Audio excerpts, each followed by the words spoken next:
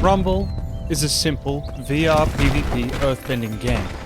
There's only 5 rocks to summon, 3 ways to hit them, 5 ways to modify them, 3 movement options. See, simple earthbending. And there is no way something so bare bones could have evolved so far beyond what the devs had ever anticipated, to the point where it's even hard to call this an earthbending game anymore. And yet, that's exactly what happened. But to understand that story, and how the Earth mutated from a single misunderstanding via the devs, we'll have to follow the journey of the players. And for that, we're gonna have to take a look at the matchmaking system, or more specifically, the lack of one. Okay, well I guess there is a ranking system. It's this series of belts, and you can matchmake based on your rank. But we'll get back to why that doesn't really work that way. You earn these belts with battle points, and this 1x1 cube is 1 BP, which you can only get if your opponent desyncs or rage quits. I really don't know which one that was though. You may as well stick around because you get 2 for a loss and 5 for a win. And by 12, you just got yourself a yellow belt. I'm right up, now I can learn new moves. Then green, followed by blue to red, and finally black belt, where the game begins because you just finished the tutorial and unlocked the final 2 moves, explode and flick. But therein lies the problem. You could get to the top rank in a day. It's probably too obvious to say, but in fighting games, there's usually skill-based matchmaking. And even in unranked modes, they have a secret system to gatekeep the noobs from the pros. It's just how every civilization works, except for ours. In theory, skill-based matchmaking is a good idea because it prevents new players from getting stomped by veterans in the hope that they'll stick with the game. I'm stuck in the past and trapped in my feet prisons, but in the future, the cosmetic update will hint at the difference between a noob and a pro. But that's not the same as gatekeeping between them. Because even still, past or present, in our civilization, that divide doesn't exist. Our world is a true representation of the survival of the fittest, because matchmaking in Rumble is well and truly, always and completely, random. And it's only by that mistake that we could evolve beyond the base element of Earth. Because when your game is a niche of a niche with a small player base, and you can go through all the ranks in almost a day, almost everyone ends up queuing any rank anyway.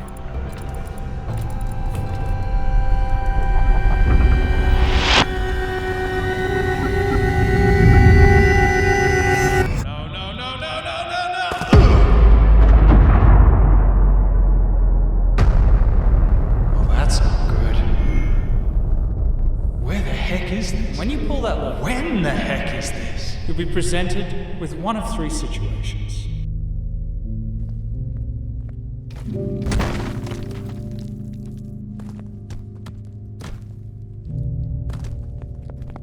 Behind door number 1, you'll find a fresh new black belt.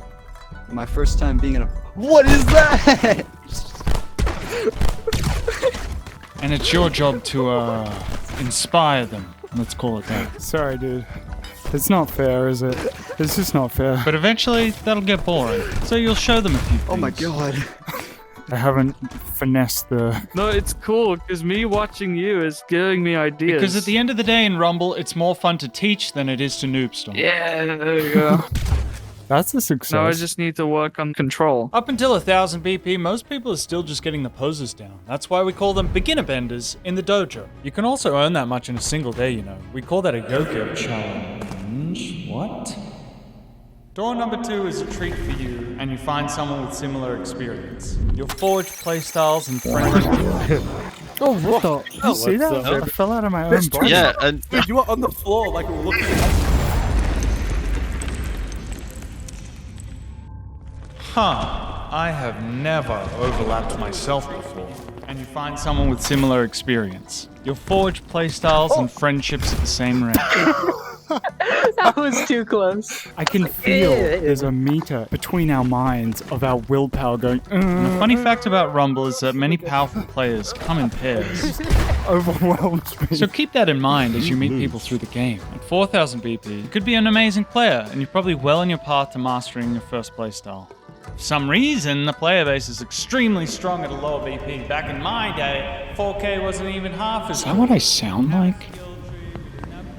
Hey you, I mean me, is that what we sound like? Door number 3 is... Hello? Oh. you can't even perceive me. Weird. Someone who will find your weaknesses and punish them. To be the best, you must be bested, and this is what you need to be pushed to the next level. I was proud of that damage, but then get humble. At 7k, you might have mastered your playstyle, but you're gonna plateau in your skill level. Every bit of progress within your school of play will now take an exponential amount of effort to make. But thankfully, the skill ceiling is as high as the skill expression is wide. And when it comes to playstyles, Rumble is more balanced than scissor, paper, rock, because it's rock, rock, rock. In a good way. Therefore, the end game of Rumble is collecting more playstyles. Let's speedrun some examples in a shallow and unhelpful way. The fundamentalists are boring, but it works. Some make Rumble a movement shooter, but you can only move so much on the ground, so others take to the skies. That is, if you can escape the close quarter specialists. But if that's too much thinking, you can become a mindless machine of rock production. The polar opposite are scientists that produce marvelous machines that shoot rocks at the speed of sound, only to be parried by those who wish to Uno reverse everything. So others still will be weird as possible, changing their tempo or setting traps that'll hit you in the back of the head. That's just to name a few, because there's also these. What's mine? Mine looks, I don't remember. I don't know when I am. What my skills are, I don't know what... Why can't I... Soon enough, you'll hit the comma club. There should be a comma there. You get the idea. There's around 50, give or take, people above this category. Beyond there, we don't really look too much, because it becomes meaningless. But that's the funny thing about Rumble, is this to this is all in the same rank. And honestly, most people just queue any rank. Queue any rank. No. That's inconceivable that someone would have so much BP. Double that of the second highest. What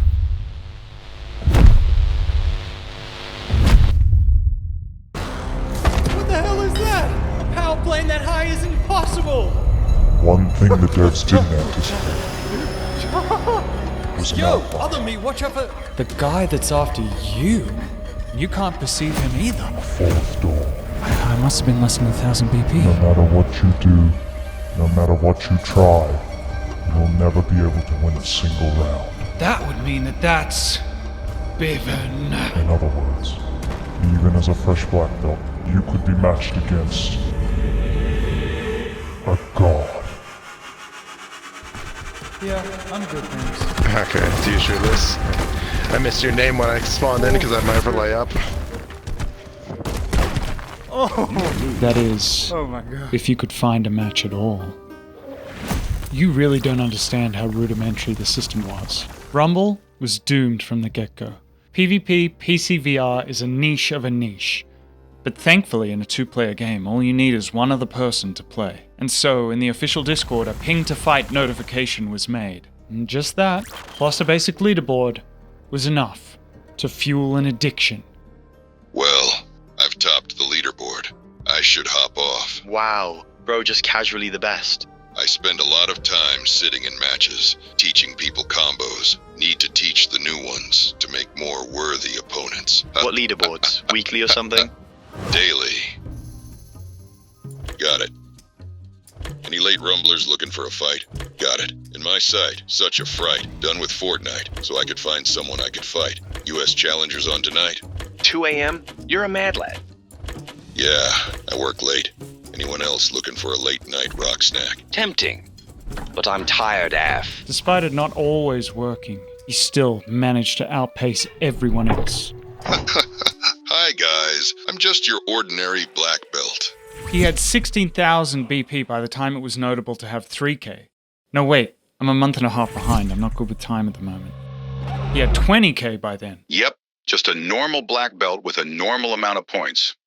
I'm normal! This was something that could only be done with region privilege. There's how many people in this server, and only like 50 players a day. 50 is a lot. Haven't seen that since the holiday season. Strange how this game hasn't taken off yet. Maybe I've just been playing at the wrong times, but player count seems really low. Yeah, you're gonna want to play at peak times.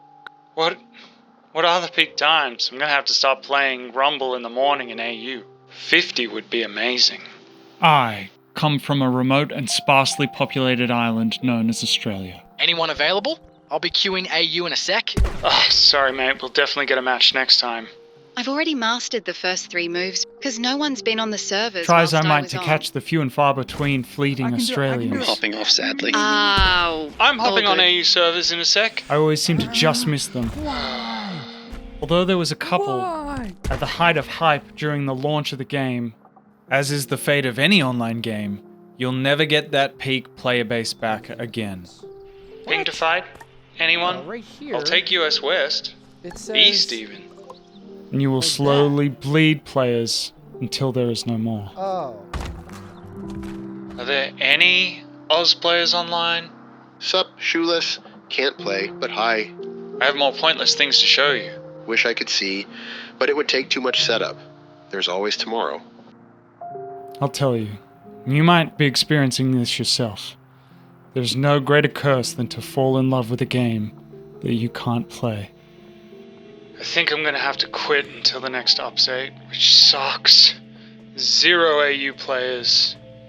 I still have fun on high ping, but usually when I'm host, the other player just walks off the map. It's kind of fair enough when I force them to play with my lag. I should have quit, and in 1,000 other lifetimes I did. But for whatever reason in this one, I didn't. US Challengers on tonight. 2 a.m.? You're a mad lad. I work late. Turns out the apex predator hungry for BP, playing deep into the night, was my 6 p.m. And that rudimentary leaderboard doesn't care about ping or skill difference. I think 260 is a good spot to stop Because at what for the tonight. devs didn't anticipate was an outlier. Do you match against everyone or just black belts? And no matter how many times you crush them, Mostly black belts tonight. A few notable ones. Kenny, Art, they will never stop rematching. and Shoeless. In other words, you could be match made against one who aspires to be a god. You've been spied, Spire. Get away from me! Conspire like Briar, yet you forget. Burn your desire upon the pile, retire the lyre in the refiner's fire. Then you will remember the only path to ascension is to Win! I know!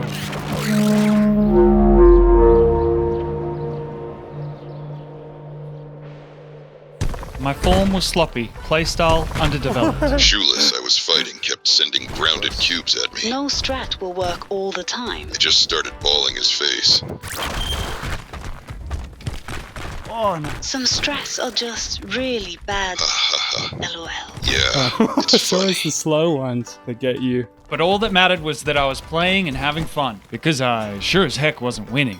At this point, I hadn't even learned how to record the game properly, which is why it looks terrible right now. Bivin, however, was already streaming, and well on his way to mastering his playstyle. It's always the slowest ones. Oh, like that one.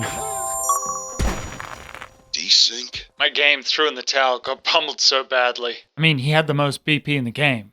Still does. Ping to fight. Who's on? Very tender, LOL. Give me 15. Okay. I'm on in the meantime, Bivin. And Bivin pushed me to do weird things, unexpected things. If he had the most experience in the game, then I'd have to do something completely unique to crack his armor. Maybe it was a misdirection. But usually, I was the one just misdirecting myself. Oh no. I'm trying. Fancy moves, they ain't working. My flashiness would get thrown in my face. GG's and GL tomorrow in the tournament. GG's. Hoping I'm not bracketed against you. But the advantage of going up against a god you can't hope to win against is the wisdom they can give you, if you're brave enough to ask. What's your technique? Do you look at it when you're going across from the left? No, I don't look directly at the objects. Because at the end of the day in Rumble, it's more fun to teach than it is to continually noob stomp. If it's just on the edge of Although, your most of the teaching instruments, Bivin did for me then it won't was through slingshot experience. You lose. Well, you know, he got 5 BP for a win, so he could get to the top of the leaderboard. Good times. They never last long, do they? See, that's the other benefit of Flick, is like, that doesn't happen as much. Well, it does, but... Despite the colossal You difference in lose. our experience, or maybe because of it, we were both catching on to an environmental threat to our species as Rumblers. It does feel like certain playstyles are getting a bit stale and needs like I think a refresh. it's more of a plateau of skill. Yeah, that was interesting. Mr. Mister's been coming up. Creative playstyles didn't exist yet. You can see from the first move spreadsheets, the meta revolved almost entirely around hit combos. Or in other words, summoning one structure and then just hitting that structure a bunch. It was very simple, lacked complexity. Don't get me wrong, the combinations of these 3 hit modifiers are vital to core gameplay, and that's why my first video was all on this. Since the force of each modifier applied is additive, different variations create for unique and purposeful trajectories. If only Rumble still got that viewership. What a curse to be behind the hype cycle. This hit combo only meta was an issue because it was becoming boring for 3 reasons. 1, we had found all possible hit combos. I will have Magic list them as quick as he can so we can move on. Uppercut, straight kick. Uppercut, kick straight. Kick, uppercut, straight. Ah, yeah, crap. Rev and the crew hadn't developed notation yet. Everything was painstakingly written out. That just goes to show you at this point we didn't even need a shorthand, because there were no multi-structure or multi-phase combos.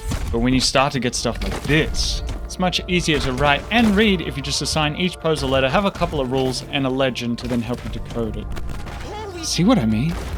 Who is this? This is beautiful. Multi-structure, principle of the second hit flight mount? Stunning! But I'm losing the thread. This is way too far along. We're still stuck in our base element of earthbending with fundamental hit combos, because as much variety as they can have, they still all go in a straight line. As your inherent knowledge in the game grows, it becomes obvious how to instantly cancel out anyone else's structure with your own. That's a net zero. That's boring. And since we knew all the combos... What? How could we have known all the combos? Why did I say that? How did I forget about the suck? One of the last combos to be found was the straight uppercut kick, or suck, as we call it in the modern day. Kenny first discovered the two-handed version before it was refined by the pose prodigy Savitarian into the one-hand version.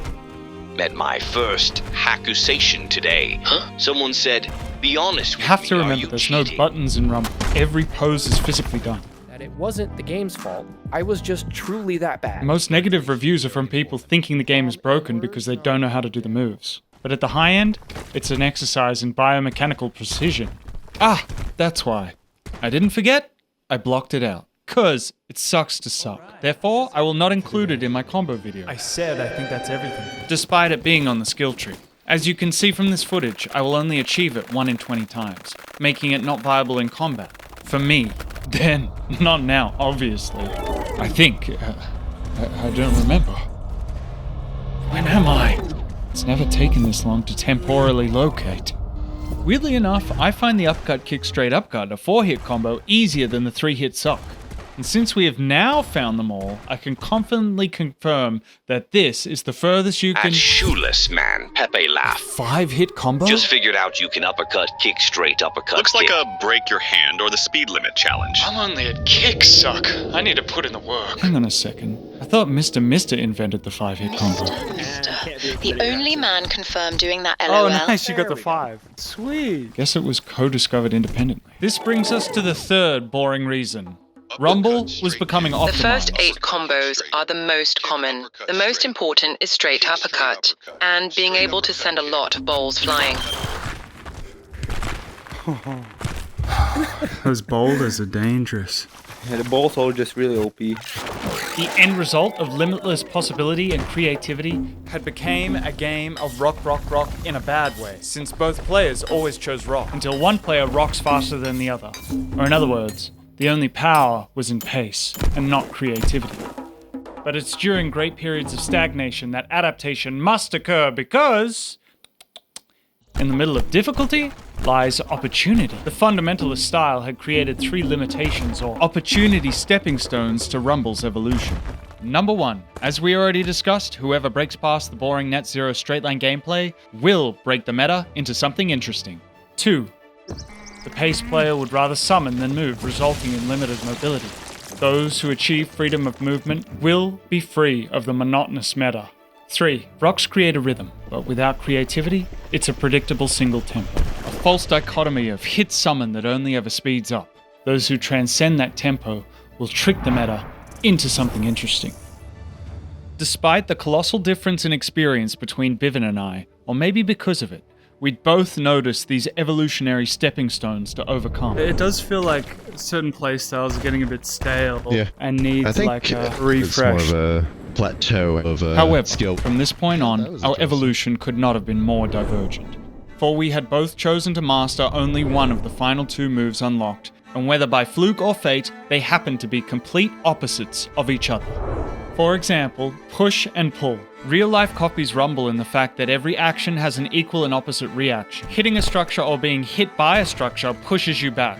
When triggered, BIVN's School of Explosive applies that push in an area of effect, amplifying the push-away nature of the game. My school binds a structure to you, making it unique as the only pull move in the game. The only way to break that bind is by grounding the structure or destroying it.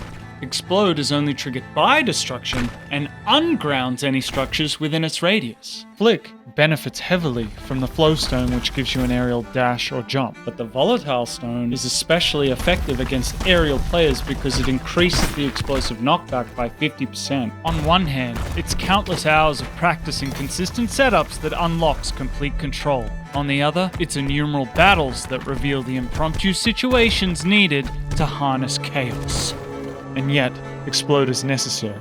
Flick was pointless. What am I even supposed to do with Flick when it's not Flick? You foolish child. Dangerous. You have such little health already. Oh, you're killing us. Were you supposed to hurt yourself? And hated. What the hell is Flick for? Besides I don't use it at punching all. yourself in the I haven't face. found a great use for Flick. That is, until I fulfilled a prophecy. One day a chosen one will turn the meta on its head by truly figuring out the power of Flick. And change the meta forever. By discovering a completely unique set of moves and uncovering the spiral path. Meaning, Rumble would never be a straight line game again. But at this point in the timeline, it was all just a theory. So, this is called the high... That's move number 1. Instant death. Whereas BIVN's explosive tech was practical. Oh, nice. It slid. The biggest object has the biggest explosive capacity. Yeah. It does feel like certain playstyles are getting a bit stale and need like I think a refresh. It's more of a, Despite our different branches on the evolutionary tree and the colossal difference in our experience, or maybe because of it, both of us were facing the same environmental factor. Damn, I'm looping again. Sorry, it's just... time is so elusive to me at the moment. Sometimes it feels like I need to be running at full sprint just to stay in the same place. Used a trampoline wall to knock out another player twice. They quit out. It happens. What's a trampoline wall? New tech? Explosive flat wall. Kick another wall so it lands on the far edge. Exploding and speeding it up, and direction change. Do you reckon you can aim it? Roughly, yeah.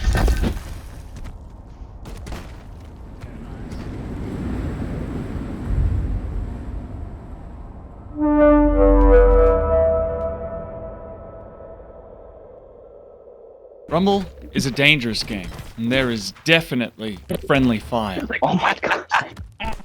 Sorry. You try to protect the ones you care about, but sometimes It hit himself in the balls. they just have to learn the lessons for themselves. Yeah, I can guess it. Do you mind if I live commentate this? Yeah, that's fine. It was at this point, Kaja's mind cracked. Under the pressure of Shoeless, he punched his own shelf as hard as he could. Oh, shut up. It broke his hand in several places, but he kept fighting. I had to check that there was I said he kept fighting. But he lost anyway. It goes without saying that if you give people an explosive, most of the time, it's gonna backfire. Gotta be careful with that explosive stone. What the hell? What was that? Typical volatile user right there. I did. That was brutal. That stone. I know, but That stone is more trouble than it's worth. Whoever stands near an explosive is most likely to be its victim. Doesn't matter if you parry the nuke, it's still next to you. Oh, that explode, I couldn't get away from it. To even apply explode to a structure, it has to be within your targeting range, putting you at some risk. Oh, I'm trying to get a new combo. Or a lot of risk if you're trying new combos. And even when something does work, it just feels like chaos. Luck of the draw. Wow, that's pretty effective. That wasn't it. Like, try and predict who wins here. I miss with my explosive flick ball and counter Roby's explosive cube. Oh! You died. Oh my god. Second before. Half a second before. And we're not even touching the jank that can occur when knockback stacks. Oh my god. Oh, you saved it. Who died first? No, you saved it completely. That's why explosives are chaos. And this is control, or flick, with the pointy axis lines. Oh, that was close. But when you start to play explosive plays enough, Off with me. you'll start to see a pattern emerging. The Wait, who flowstone. wins? Surely it's me. Because you hit the wall. Oh, does that count? Surely it's me. It was a red. You lose. And see, what works on some players, Oh my god. for whatever reason, won't work on Biven. Oh, what? Oh. And somehow end up in Oh, his and then you fate. didn't even.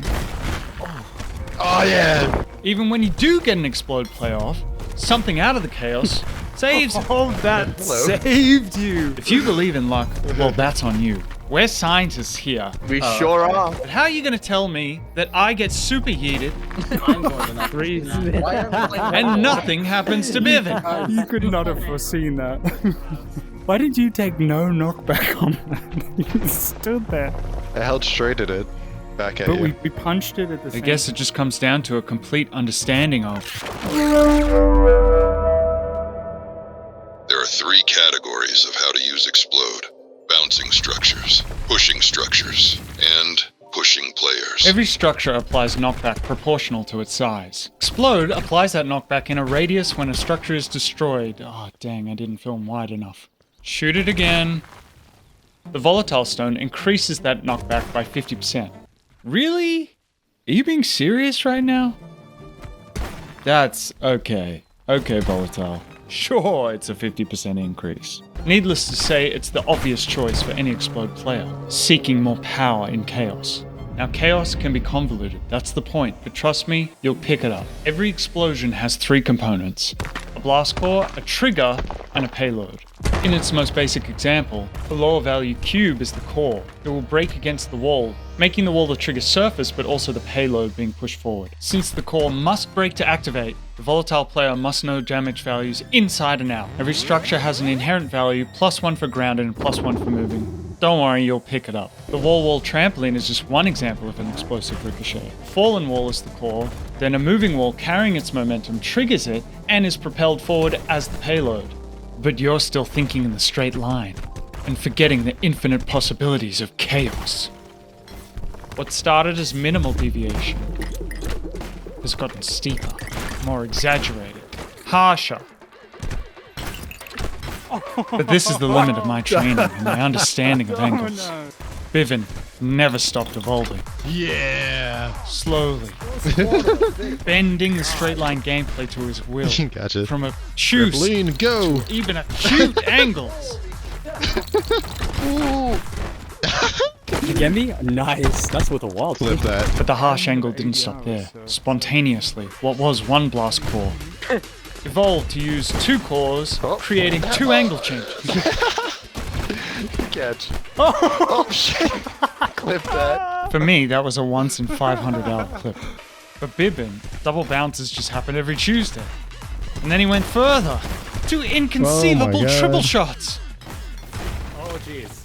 There's so much smoke, it was hard to see what exactly happened, but that wall bounced off another object, which was probably another explosive wall, and then redirected into you. Yeah. Flip that. The chaos, is it turning back to...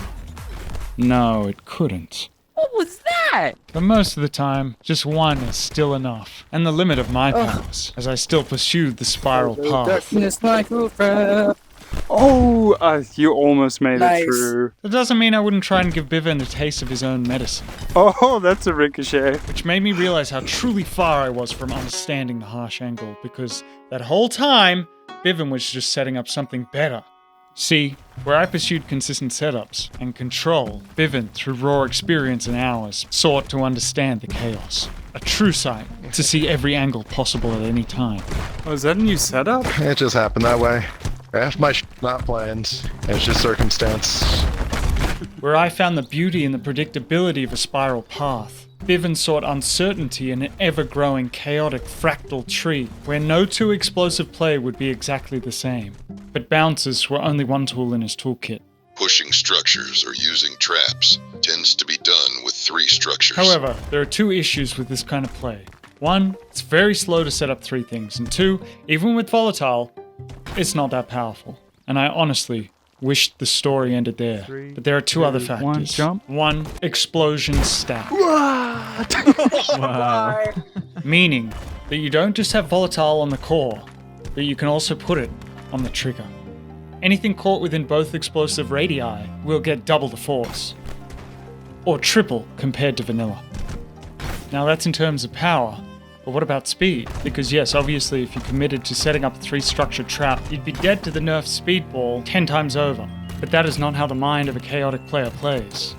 For the longer a match goes on, and the more mess that is left on the field, the greater the opportunity and potential for chaos to occur. Because when almost everything is a blast core, it only takes 1 trigger. And that's the power of chaos. It's when an explosive player takes their eyes off of you that you're in the most danger.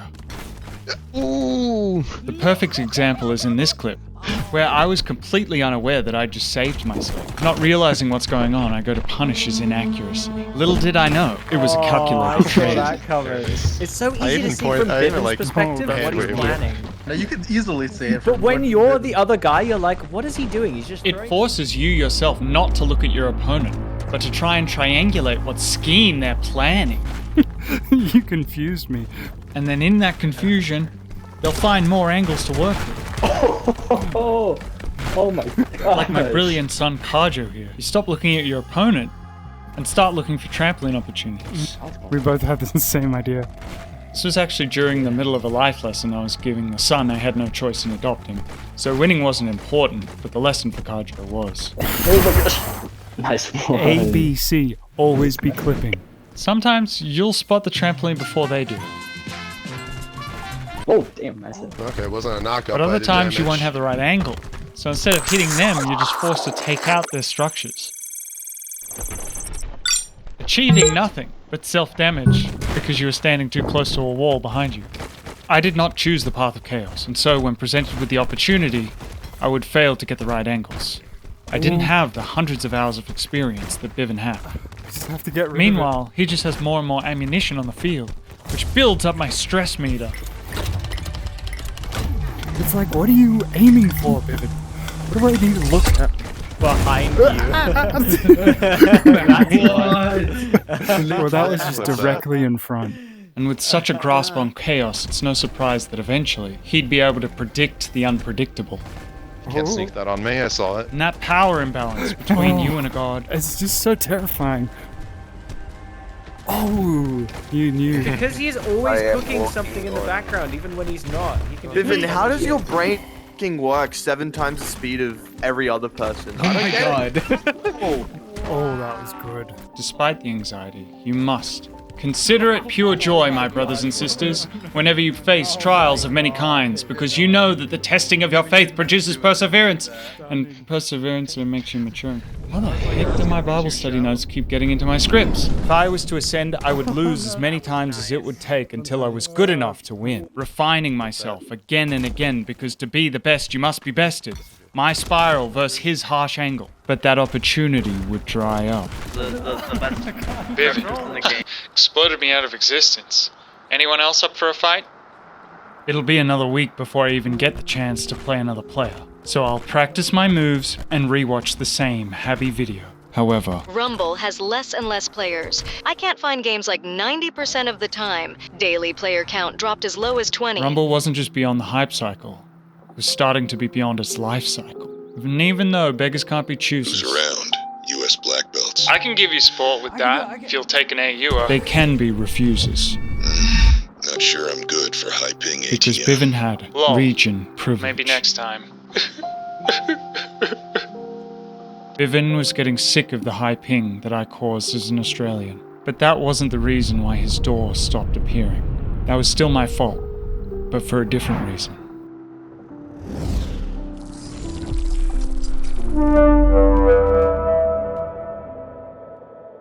Rumble has a limited moveset. Beyond just walking, you can run, dash, or jump with different poses. So from the very beginning, there were those who sought true freedom and dreamed of taking to the skies. Can earthbenders technically fly? By just hopping on a rock and moving it around? Not really. Yes. And there were those who wished to chain those dreamers to the ground. What you're saying is like standing on a chair and lifting it, thus flying. Pog face. Tom, please let me fly.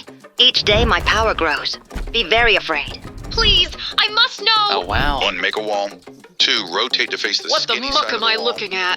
3, Flight. hold the wall. Completely 4, useless. let go of the wall Dang, while it if it's has not a fun. little bit of momentum. Dang, that's specific, Yep. LOL. Probably get patched out. Dude, Sadness. please don't remove this. It's 8-ish steps to do something that doesn't even help you in combat. Tom, if this gets I don't patched, think I'm they gonna care. cry. Rumble version 0.1. Yo, this patch note is Fixed the huh. bug that caused structures to no longer Wait, collide with the flying ground is gone after now performing too. a certain Earthbenders, sequence of don't modifiers. fly. With flight gone, Flick went back to having no purpose, as hold, which is not strictly bound to you, was a better option in pretty much every situation, since it was much less likely to hit you in the face. So players went back to hit combos, but now included movement. Hey Magic, a month ago you mailed a wall across the ring. Was that combo uppercut, kick, uppercut, straight? He's way past that now. Wall uppercut, kick, dash, uppercut. Kick, dash, kick, dash, jump, uppercut, kick, straight kick.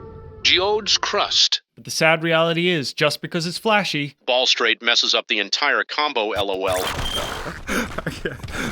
Spam boulders so many times. doesn't make it Wall functional. uppercut, kick, dash, uppercut. Kick, dash, kick, Ball dash. straight. Its stagnation will lead to adaptation, Got new tech. Anyone up to see? because dreamers can never be patched out. Flight.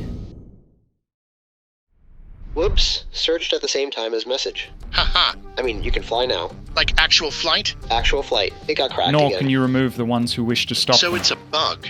Well, it's a gray zone, and it's also controlled flight. Sounds like an issue. I just witnessed a man air surfing on a pillar. All these damn flies, I man. tried a couple times. It's tricky to control. Can't stop them. Can't get away. But you can get in the way of those pesky chainers. I can't log into the feedback site. What's happening? They just don't want to hear my input anymore. The menacing technique. I assume it's not beneficial to do in a fight. Not yet.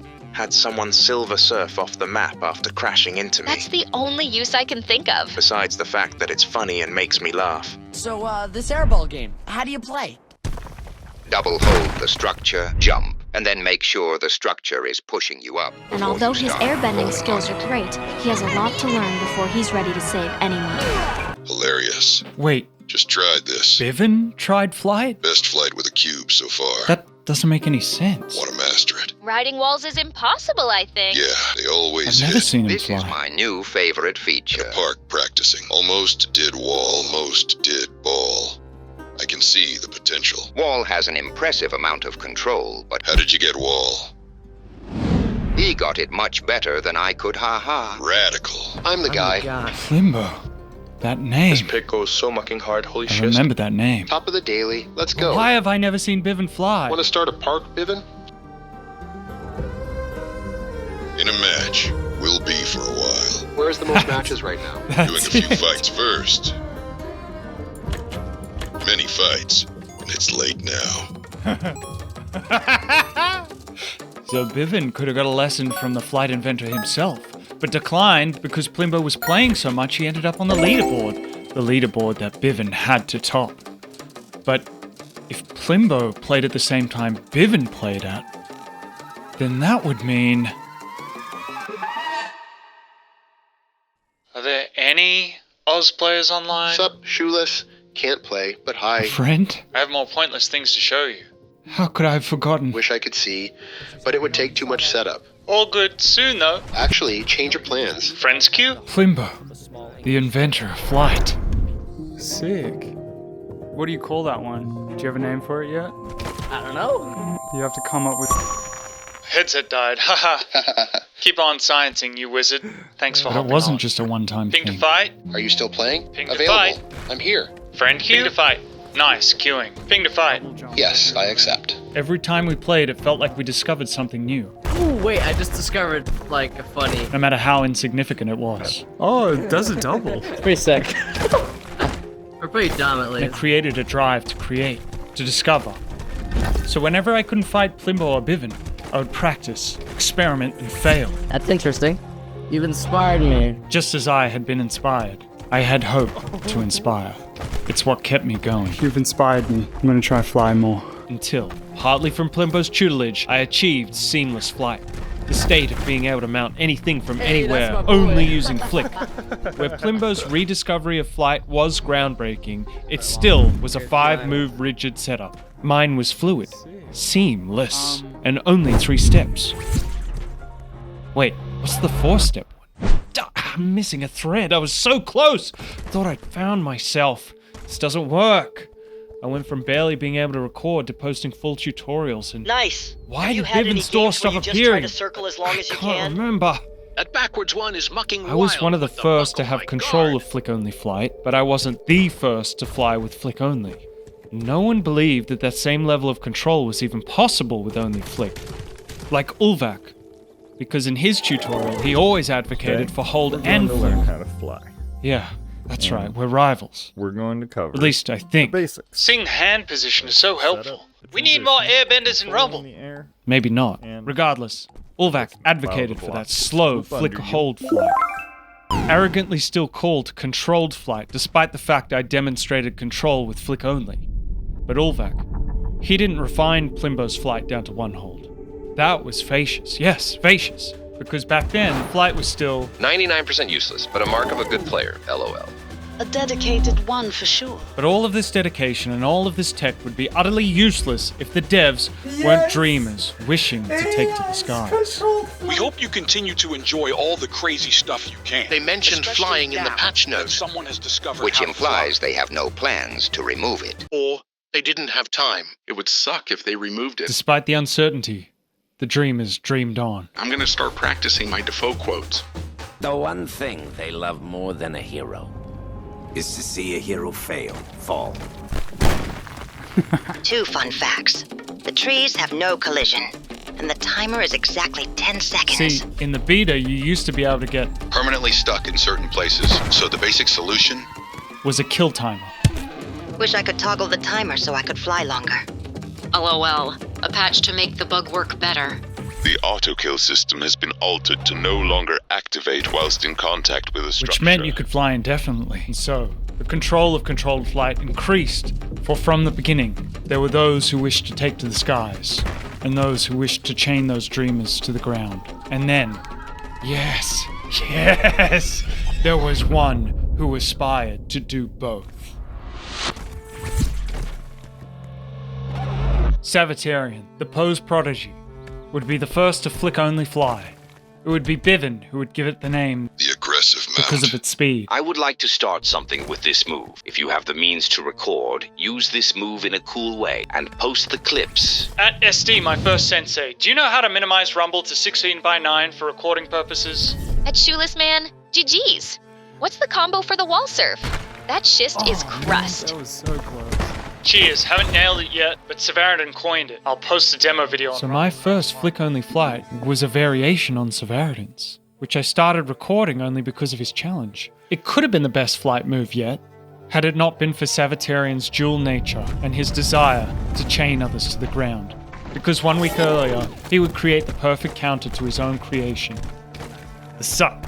Thankfully, it was a hard move. Savitarian, tell me how you suck. It's super hard to suck. I'm just not getting it. And so hadn't found its place in the meta. Timing is very tight. Yet. Almost impossible if you don't optimize But in it. 6 months, when attempting a wall aggressive mount, the Grab straight uppercut kick on that boulder, boy. will be coined by Kenny as an anti-shoeless method. I must have known that was coming because I made a post asking for help on an aggressive and defensive flight variant. I've come close a few times. Most of the time, the flick will damage you. I can theorize what's possible, but can't. Why am I seeing all this? Does anybody know why there isn't a whole bunch of new players yet? It's still just dead in matchmaking. Maybe we could draw in some more people. Recommend people post their tournament videos and other Rumble First big Rumble tournament. At least that'll give me matches to play. I forgot how hard you got screwed over in the V-Real Season 1 Holy Shit. What's that supposed to mean? The Week 1 ending was a tragedy. I love suck.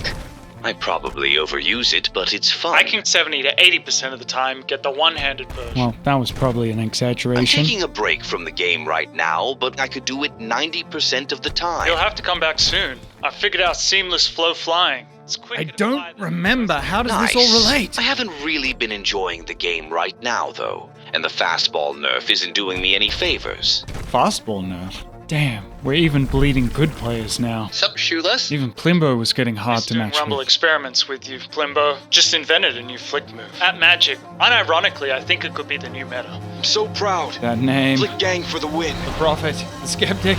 Flick bad. My first 2 tournament matches. The balls! The balls! Balls! I'll show you. I'll show you all! I did not dream to go to the skies. I needed to go to the skies.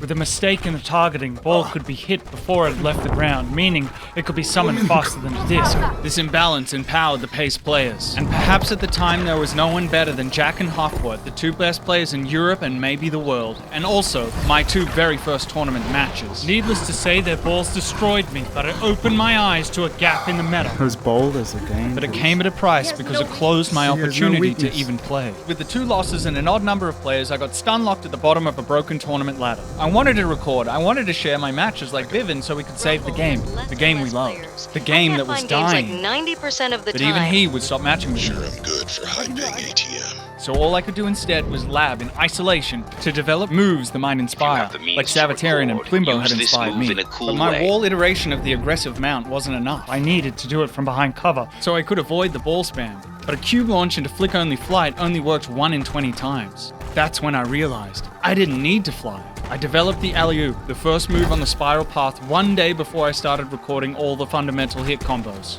Because if I couldn't post matches, at least I could post a tutorial.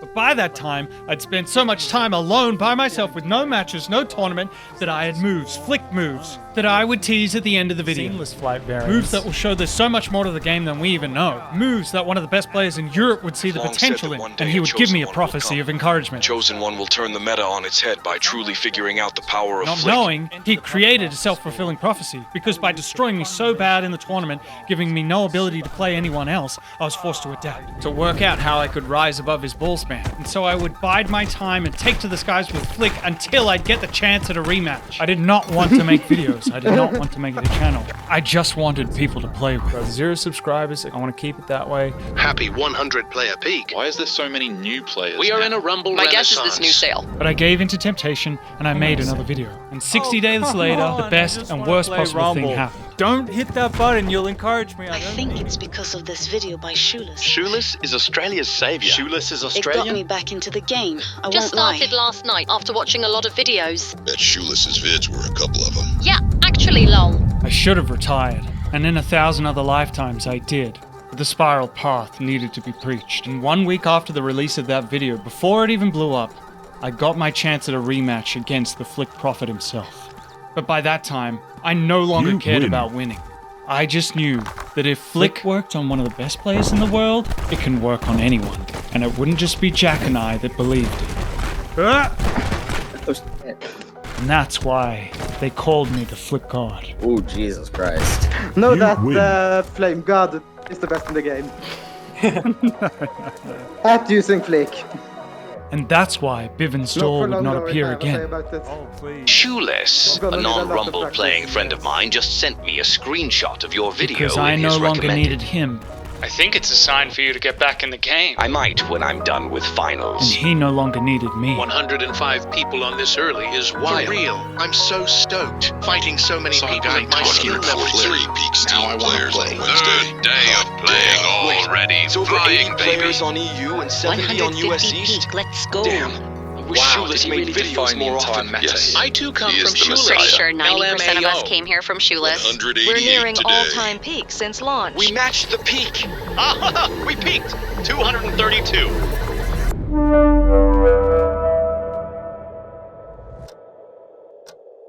I bought the game right after I saw your Flick video. Oh, really? So you've only been playing like a month. Despite my warning to only start at 300 hours because of the sheer difficulty of Flick. Like, oh my god, this is so cool. I wanna do Some that. would embrace the spiral path well before they got their Flick license. From the moment I got black belt, I just started practicing Flick. Because I was like, wait, that's flashy? Flash, that's in the air? That kind of goes hard. Amen. I actually was just practicing your windsurfer setup from the Flick video. That was so much harder. That was beautiful. And I'd love to show you my Flick tech, but I'm not on the host right now. Oh yeah, maybe when you get to host. Can I show you the, Oh, okay, missed it. Wait, what was it? Okay, ignore that. That wasn't it.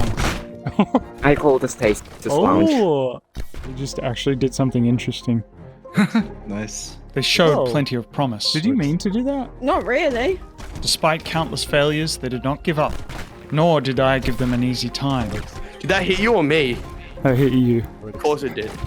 What if every single flick move that Shoeless did hit me 100% of the time, and every flick move that I did hit me 100% of the time as well? It's the best tactic against Flick players. Just wait for them to die. Excalibur? Excalibur, yeah.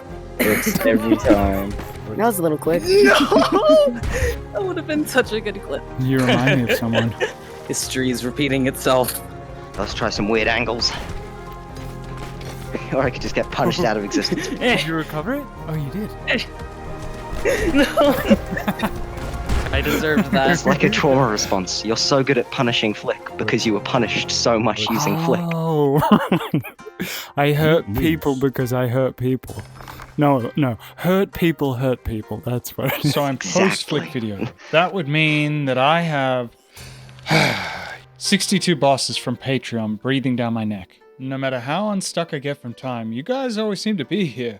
It's been a year since I posted on this channel. Why do you continue to employ me? Although I guess that's kind of your fault. It's only because of your support that I've been able to do that. Especially since YouTube doesn't really encourage quality over Did you duplicate? Your generosity is just incomprehensible. Faith in me is humbling. And all I can say is thank you. And I'll continue to make edit breakdowns and behind the scenes. You grandfather, you did duplicate. Now remember, nepotism is only bad if it doesn't benefit you. But being this generous doesn't benefit you at all. You can get the edit breakdowns at the cheapest tier. So why do you continue to support me? Thank you. What? No, it can't be true. You're just a myth. Eternal Earth elementals exist. I can't believe this all stemmed from just a throwaway joke in the Flick video. Speaking of which, to recap all my discoveries. Rather than a specific flight mount, I had achieved seamless flight. Oh yeah, I remember filming this. The key discovery being that if you and a structure are moving in the same direction, it will not brake on you, and instead bump you. This means with flick-only flight, you can mount anything from anywhere. Then using the structure pulled against you, you could bump yourself aggressively forward. Oh god, no. Quickly ascend, descend, go left or right, or spiral, which is called an Uzumaki. Or, like Ulvac showed me and I always believed him and never questioned it, do an air sling. By punching your own structure in the air, the knockback could be used to fully stop you or speed you up. Together, the aerial sling and the bump are the push and pull, the yin to the yang of aerial mobility. No. Oh. I forgot I was client-side. Oh no. It was feeling so good, I went to Rabaru and just fell right through the cube. And without the influence of chaos reaching our shores, Australia became a safe haven for airbenders everywhere. Explode, on the other hand, had stagnated in terms of its mobility options. That's my new move in tech. Use the volatile wall to knock yourself away. Okay. I haven't seen Bivin do that. Probably because it's stupid. No. I do remember he did do that. And it only works on one of the maps. Use my explosive cube to move me. Hit the back wall. It's just been so long since this door last appeared to me. Oh yeah, that's a rocket jump. Although Flick was becoming used, I couldn't know if my technique had won the evolutionary arms race. For that, I'd need to face Bivin again. But until that time... Would you mind if I set the Flick flight record in our match? I was only just getting started with my level of control. No, that is a... You just can't leave for another 20 minutes. Yeah, exactly. They just zoom across your screen. Where are you? No. It was like I knew the center of every spiral. And even my misses led to follow-up opportunities further down the twisted track. I can't... What is happening? I can't... My movement got better, and my spirals even tighter. No. Every dormant structure was another invitation just to move. That's how you trade. But I wanted even more control. Individual moves had worked in my showdown against the flick prophet Jack. That's his trajectory. Okay, it's gonna land there. And I'm waiting. And you're just flying around above me. But if I was gonna beat Bivin to ascend, I would need to win matches. You'll remember I said flick was the only pull move. So instead of pushing someone away when you hit them, you can use the knockback to pull them towards you, which leads to a true combo as they're still within your summoning range. Oh my god. And so when everything goes right, it creates some of the fastest times to kill in the game. No. Oh, the flick move. No, and the follow-up. Parry. Oh, damn, GG. I became known for these follow-ups. Deadly. But I was only just one step ahead of the new school of flick players. They were catching on quickly. And with an influx of dreamers exposing everyone to the flick style, Oh, wow, that was... the adaptation to the adaptation would only be a matter of time. Just stand there and take it. What did you expect from Shoeless? I don't know. Not that. After all, I was always playing on borrowed time, and that time was up, much like a flick structure without control. Oh, the flick flail.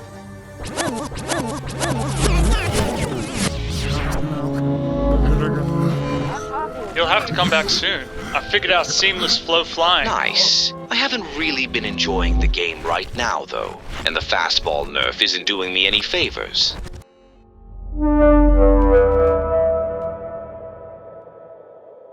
Rumble version 0.3.3. Structures can no longer be targeted before they have completed their spawn sequence. Are you ready? Yeah, I guess so. Well, there you go, Biv. They nerfed my mucking explode balls. I'm so pissed I spent the last month practicing every day to get that down. Feels like a bad change. The window to do it smoothly is still there, but it takes... Oh, you already go? Dude. We didn't have a... Yeah, okay, let's go. As I was saying, the window to do it smoothly is still there, but it takes more practice. As a high ping player, I can't say I'll miss being stun locked by Speedball. In theory, the structures in Rumble are all balanced. The bigger the structure, the more damage, but the slower it moves. Ball, however, had a bug. Like a disc, Ball pops out of the ground when spawned. All other structures spawn in a grounded state. Let's talk about targeting. It's the invisible area in front of you that determines what modifier affects what structure.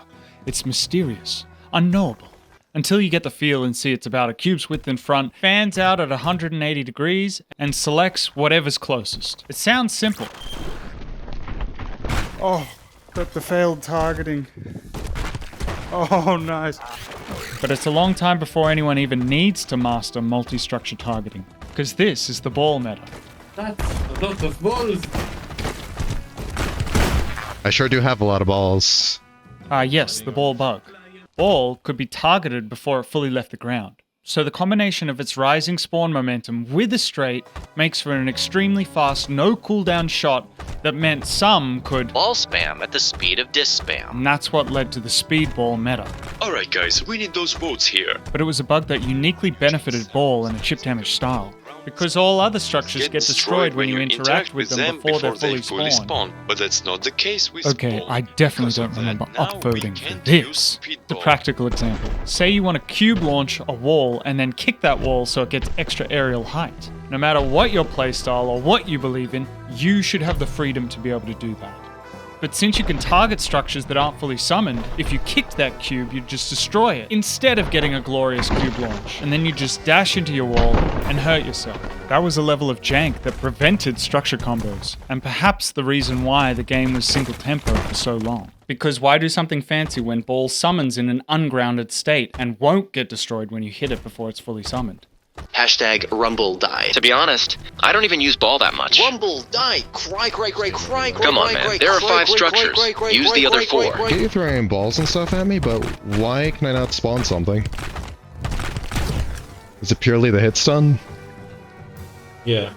And what was worse about it was people were starting to put explode on those speedy balls. Really sucks to get your move nerfed. I do feel a mastered explosive speedball was going to be game breaking though. That's why I was learning it, thank you. It's just a little different. You can still do it. Don't worry. You can still slow ball. Also, keep in mind that this whole update was bug fixes. Nothing was intentionally nerfed or buffed. Okay, What bug was that related to? The amount of problems that arose from structures being preemptively targeted. Preemptively targeting? What do you mean? I've never heard anybody complain about really that. for small objects, but walls take a minute to fully spawn, so it would happen Oh my gosh, Enoch, you literally have to try to make that happen. Not really. It happened to me all the time, Lamau. The update was a setback to pace players everywhere. Perhaps it was in that temporary power vacuum that I had enough space to pursue my Flick style. Since Flick was so unique and I its only user, I was an invasive species the others hadn't adapted to yet. But you must know that for our reality to remain in balance, for every power you seek, there is a cost. A price higher than you might have paid had you known. And for the spiral path to come into existence, that cost was twofold. The first was felt instantly. Fixed a bug that allowed players to jump and dash during knockback states with the flowstone equipped. I didn't even know this was a bug. It was very useful. Wow. In other words, we lost the flowstone recovery dash that, when timed perfectly, could cancel any chaotic explosion. That was so nice. Did you do that on purpose or? Yeah. I don't know why they would nerf flowstone. It's not very good to begin with. Typical fundamentalist. The second cost took longer to present itself. Before this point, the best kind of anti-air would be something like Savitarian Suck, because there wasn't that much need for anti-air. But with the influx of dreamers in the wake of my video, an arms race began to reach equilibrium again, and I'm ashamed to admit it, but I was part of the problem, because even I needed to develop a counter to my own style when it was used against me. And the key to it was the double-edged sword that saved us from the speedball. The bug fix is actually a buff for cube launches. You can more consistently straight kick, and sometimes with more force. I've noticed that. It's quite useful. What was a basic cube launch evolved. With the change in targeting, it was now far easier to get even more height by simply adding a kick. Oh, nice. Or for extra height, you could use the charge stone for a double-powered kick. Oh, The beautiful. Oh my god. That was a chambered kick. That was cool. Then you want a better angle, so you straight kick. Or straight uppercut for something with more aggressive reach. Caliber. Oh, you gotta wait. Jesus Christ, the speed. Yes. Yes. Although, I was more often than not on the receiving end. As the fear of being clipped pushed players even more to adapt. Sorry, I'm not letting you get clips. And as the novelty wore off, more and more players knew exactly what to do. I'm too readable. Read me like a book. But we always knew moving in a straight line was a bad idea. In fact, it's an insult to the very way of Flick. You came at me in a straight line. Never approach in a straight line. It doesn't matter how many options you have in 2 dimensions when you can just move out of the way in the third. To thread the needle, to find the path, follow the sacred spiral and strike true, using every bit of aerial mobility we have available to us. My god, bro. That is the way of Flick, and that is the level of control we have with our reliable setups. What? Setups that can be predicted, preempted. Ow. What a punish. Can't use your aerial mobility if you haven't finished getting into the air. Oh my god. What did you do? We aerial players are like moths to a flame, and I am no exception. Grab straight uppercut kick on that boulder, boy. That was the anti-shoeless method. Unless we commit to faster setups, unpredictable setups, setups I don't even know I'm committing to. Shoeless, I can't notate that. Since you cannot be damaged when moving in the same direction as your structure, the faster you move, the safer it is. So you may as well just full send it. How many 360 was that? That is, until your speed is used against you, when hit stun destroys your momentum in an instant. Stop.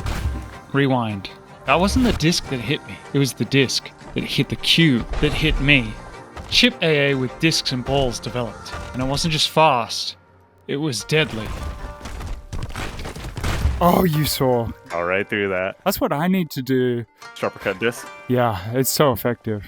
Too effective at anti-air. Honest. Because if you cannot be damaged if moving in the same direction, well then the opposite would be true. And all it takes is a measly disc to hit stun your wall. Hey, that's rather. You know what, I'm just gonna let Ulvac explain. Stops them dead in their track.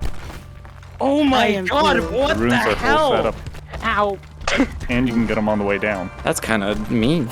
It's like doubling the size of your hitbox. Unless you know your opponent's propensity for chip damage AA, and so choose to fly higher above their range. Come on. I can't look up and down. I'm having critical malfunction. Because at that height, your opponent can do nothing but go back to cube launch combos. Or just a regular suck. Oh my gosh, that was perfect. Like only Savitarian can. I was like, don't lose it. I could almost get away, but... Almost is not enough. And so I gave up. Trying to mount the cube straight away, and I'd introduce a middle cube as a juggling mixer. I don't know how you managed to still mount that safely. Me neither, Yeeb Master. Me neither. But that middle block can either block line of sight or become your own anti-air before you go into the air for the follow-up. Oh god, you controlled it! You can also switch things up. Oh, I've been deeply distracted. Not go for the aerial at all. This does not feel good. You're not kidding me with the going for the ground thing. Oh, actually, he did go in the air. No, jump! No. In time, your opponent will learn to be more patient. Instead of getting baited, can wait and go for the punish on landing. Except for when the flick player lands perfectly, activating their Iron Feet protection, destroying your summon for free, then following up with their own attack. Iron shoes. Oh, iron boots, nice. Everybody, it's iron feet protection, not iron boots. But why take the risk on the ground when you can anti-air from the air with an aerial projectile style? It's probably my favorite anti-air. It's Exhibit A. Yeah. Or just jump right into the eye of the storm to steal a whole punish. That's straight up evil, I love it. That's going in the montage. Only for the aerial player to outmaneuver you. Which they can't do if you predicted them, which you can't do if they're faster. And yet, Struppercut Disc is the fastest Which won't thing help you there much is. when it can't reach high So flyers. you're patient, And which you you and can you want you him and to you do so and much I you could do anything. Have you ever had a dream? I'd tell you we'd be caught in an eternal cycle, a Red Queen's hypothesis, if you will. But between the various cube launches, predictive preemptive attacks, and one ill-timed air punish, there was the accident. A mutation, a sudden urge to catch someone's anti-air from the air. Oh, I felt like I had that. It's hard to explain, but when you do something spontaneous in proud Rumble, of it before it hit. you feel it. Your body Oh, makes you're a in the air decision for so on long. instinct, and a few moments later your brain catches up and realizes you just did something you've never done before. This wasn't the first time I'd caught someone's structure midair with flick. Those other times were accidental.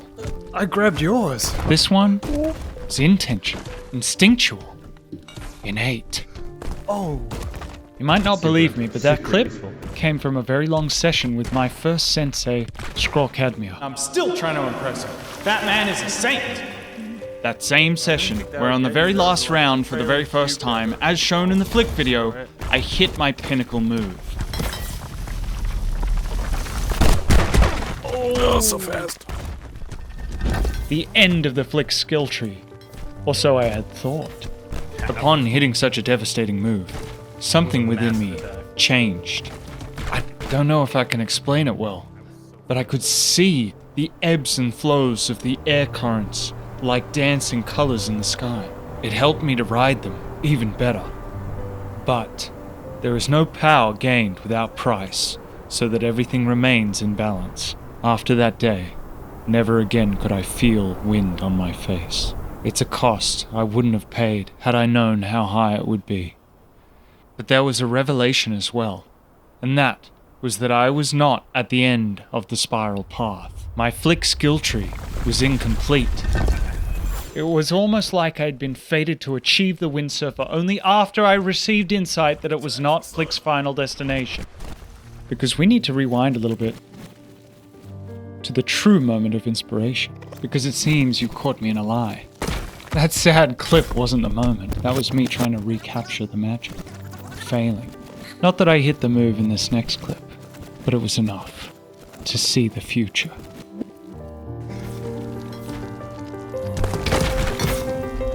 Yes! Oh, what? Oh my gosh, that was immaculate behavior. Yes, get Australian parried. Oh, that was sick. Oh, no. Oh, that felt like so many beautiful things happening all in one match. So true. The fact that you caught that with a flick and flew on it is mind-blowing. I know now. I know it's possible.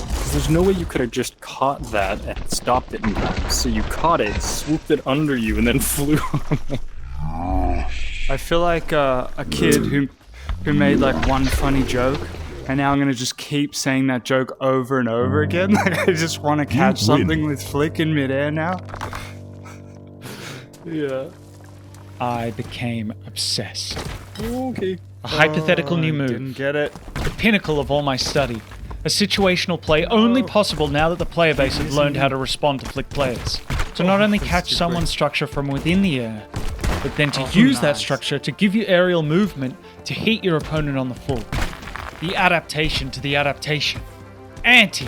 Oh no. This would be the flick god full ascension. So the other day, I would tell anyone who would listen. and I flick caught The vision a of the wall future that he I'd threw at seen. me. Does people get better at anti-air? Even if I wasn't You able gotta to be able recreate it again. pull it back and manage to mount it and fly back at him. It's difficult, but if Failure you can do after it, failure, I that's would the flick future of everything flick. thrown at me. Or at least I would try to flick it. Oh no. But it wouldn't be enough just to catch their anti-air. Oh, if you got that, I would have screamed. You'd also have to use that structure for aerial mobility to strike true. I even tried it against the Flick Prophet himself during our Flick-defining confrontation. But had that flick worked, I mean, holy, it was such a perfect moment. Now that's part of the meta. But as I was pushing forward on my own path, so too was the path of chaos. And whereas my move was hypothetical, Bivens was already practical.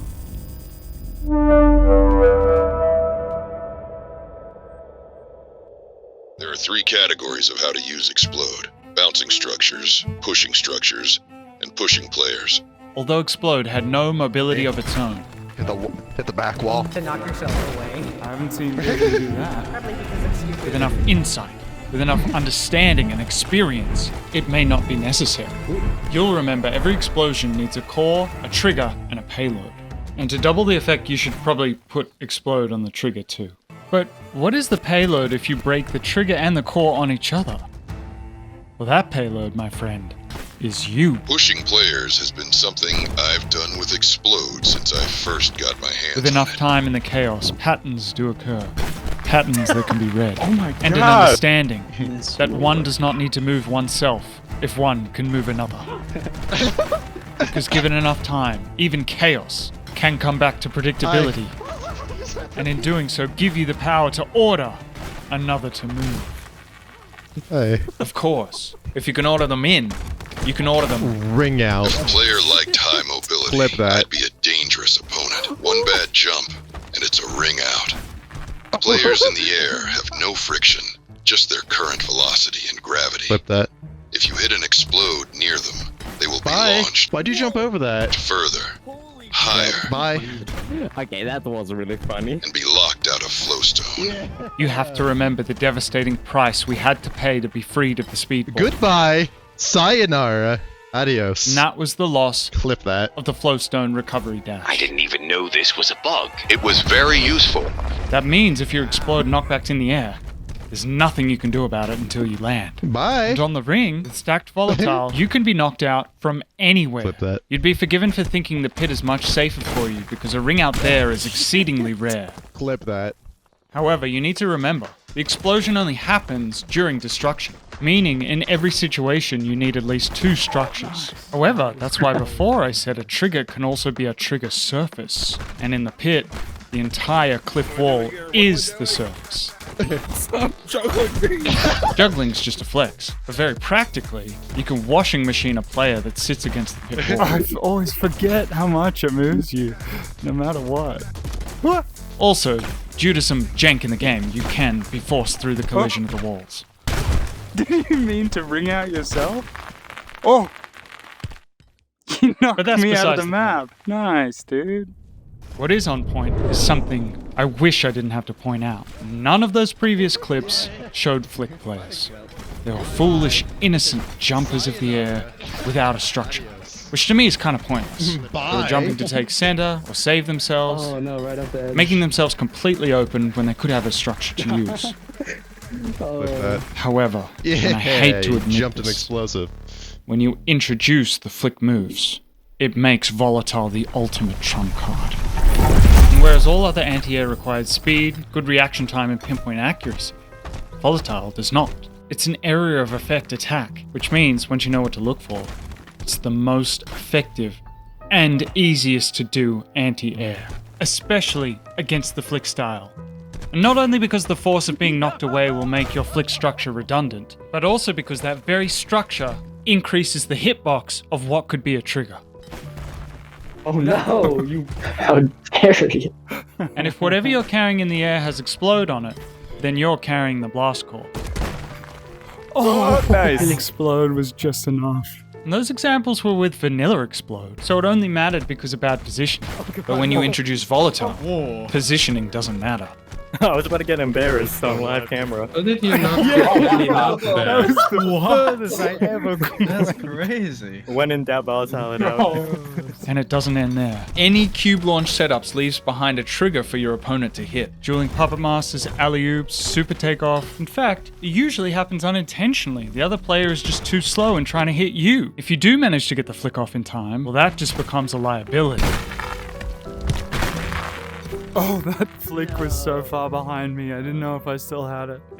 And what was meant to protect you from chip damage AA in the form of mix-ups and juggling, well, that just gives your opponent even more time to hit your launching cube. Oh, nice. No. My weakness. My greatest weakness is the single exploding ball when I'm taking off. Do I really go on to pursue this style? On paper, it just seemed worse in every way. It's been pretty obvious by now that with all the setups and different structures that both sides of Chaos and Control have produced very different tempos from the single tempo summon hit gameplay. Not only in its rhythm, but also in their abilities to both attack and defend at the same time. You know, I just gotta put more things up in the air eventually. You'll just hurt yourself. With the flick style, your iron feet can be your defense as you follow through with the attack. Oh, what? Mom, get the camera. If that structure had volatile on it, even though I still wouldn't have taken damage, I would have been affected by the blast, as I'd be the trigger for the blast core.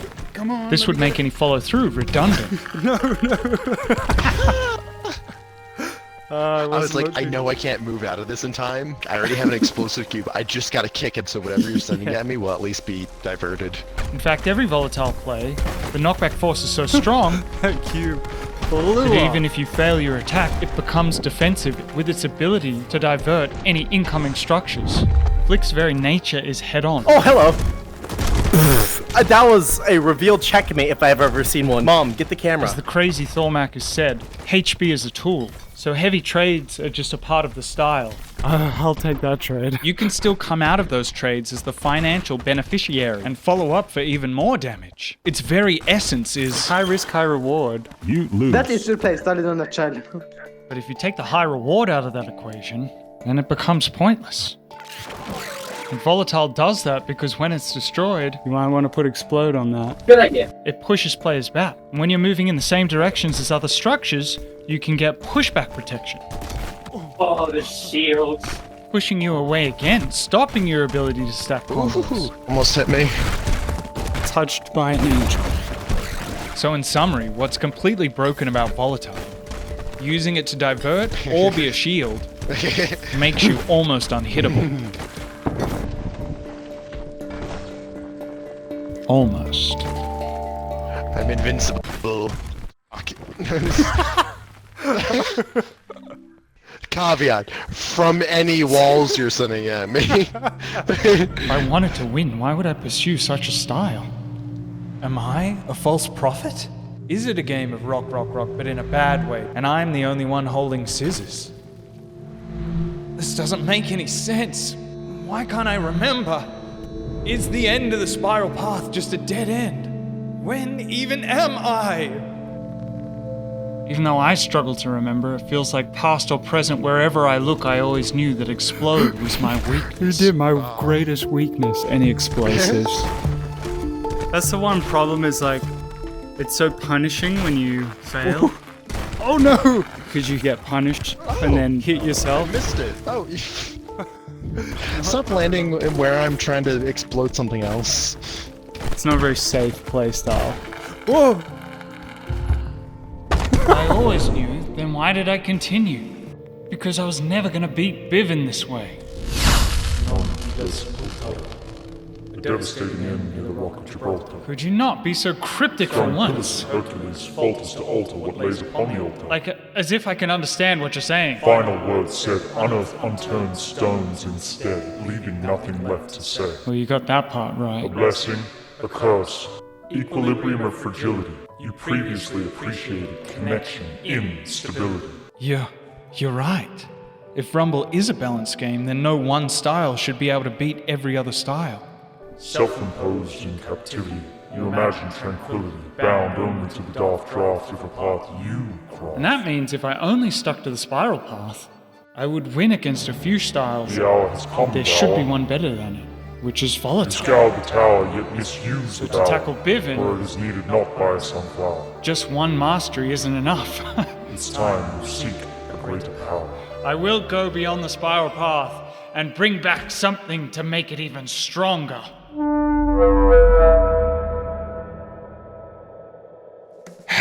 Now it's coming back to me. I feel like Charge is whack. Whilst pursuing the sacred spiral. What the hell is that? You're so known for your flicks that I forget you're also the charge guy. Simultaneously, Keep that quiet. I was exploring other playstyles. Did not consider waterbending. That was insane. Now, if I can just find the entry point, I can follow the thread to where I am now. There it is. 5 years from now, 7 years ago, in a month the human tongue can't pronounce. But for you, I'll try and keep it linear. I don't know if it'll be effective, but a variation will. I'll start by telling Ulvac something he already told me. So you know how they changed holes? So you can now Slide it with my hands directing. This would be the Puppet Master, which I would add a flick move to, becoming the Dueling Puppet Master. trying to do that whilst doing flick. But Ulvac will up the ante. Do that while flying. Little did he know that's exactly what I was trying to do 30 minutes before we fought. Unsuccessfully, of course, like Ulvac then. Bop, bop. I will test a new approach, accidentally ungrounding one, doing something I've never done before. Actually, I've never flown whilst holding something, so that's progress. How'd it get ungrounded?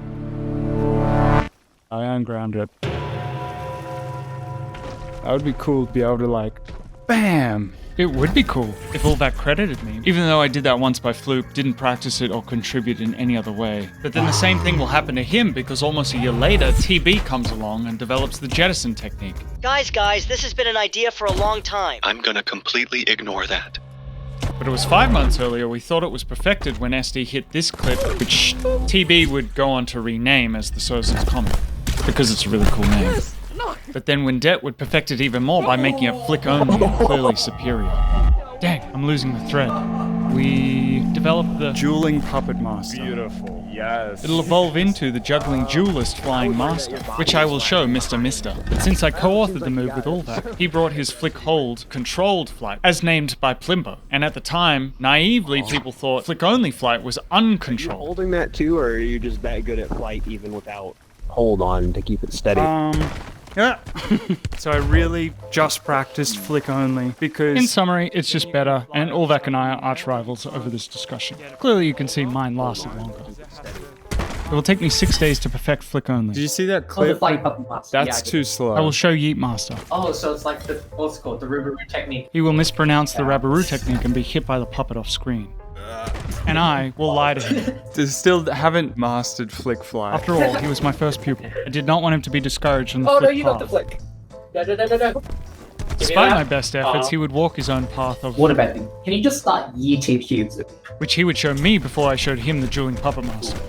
It will only work 1 in 20 times. I will lie to him. Okay, I'm starting to see it. So he's not discouraged. He didn't invent the term. Waterbending. Waterbending. I like it. It's something that happened accidentally a lot. No. Instead of breaking on each other, sometimes rocks would flow off each other, without breaking and instead deflect. The concept of preservation. You did not get hit by that at all. It felt random and unpredictable. Oh, that was so But weird. since I was a close-range flick fighter, it actually happened a little bit with Yi. Wait, did I inspire him as he adapted to my style? Who's to say? Damn it.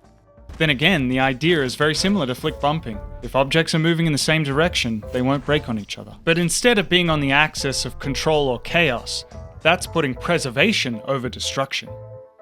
And I was highly skeptical. Seems like a good thing you could practice against Howard, the training bot. That's code for maybe don't waste my time in a match. I can't believe that was that rude to Yeet. But in my defense, let me just say, it didn't look combat viable. If Ulvac couldn't even do it, how could a sub 1k BP player? I want to try to be able to like deflect things with held things. Sometimes I don't think it's viable. That was literally a week ago. Busy month. For you, that is. Because the next thing I remember is the second Rumble tournament. Waterbending is an invaluable tool. I used it against my teacher to defeat him 4-2. Oh, did you see that waterbending? That was insane. In the end, I was your student. Would have won if I had never invented waterbending. True. Within that match, I premiere my new chambering combo, the Daisy Chain. Oh wait, this is the strat. Yeah, you like my new forbidden strat? Wait, we're losing the thread. We need to go to the first chambering combo, which was only possible after the Shift Stone update releases, because that's when we got the Charge Stone.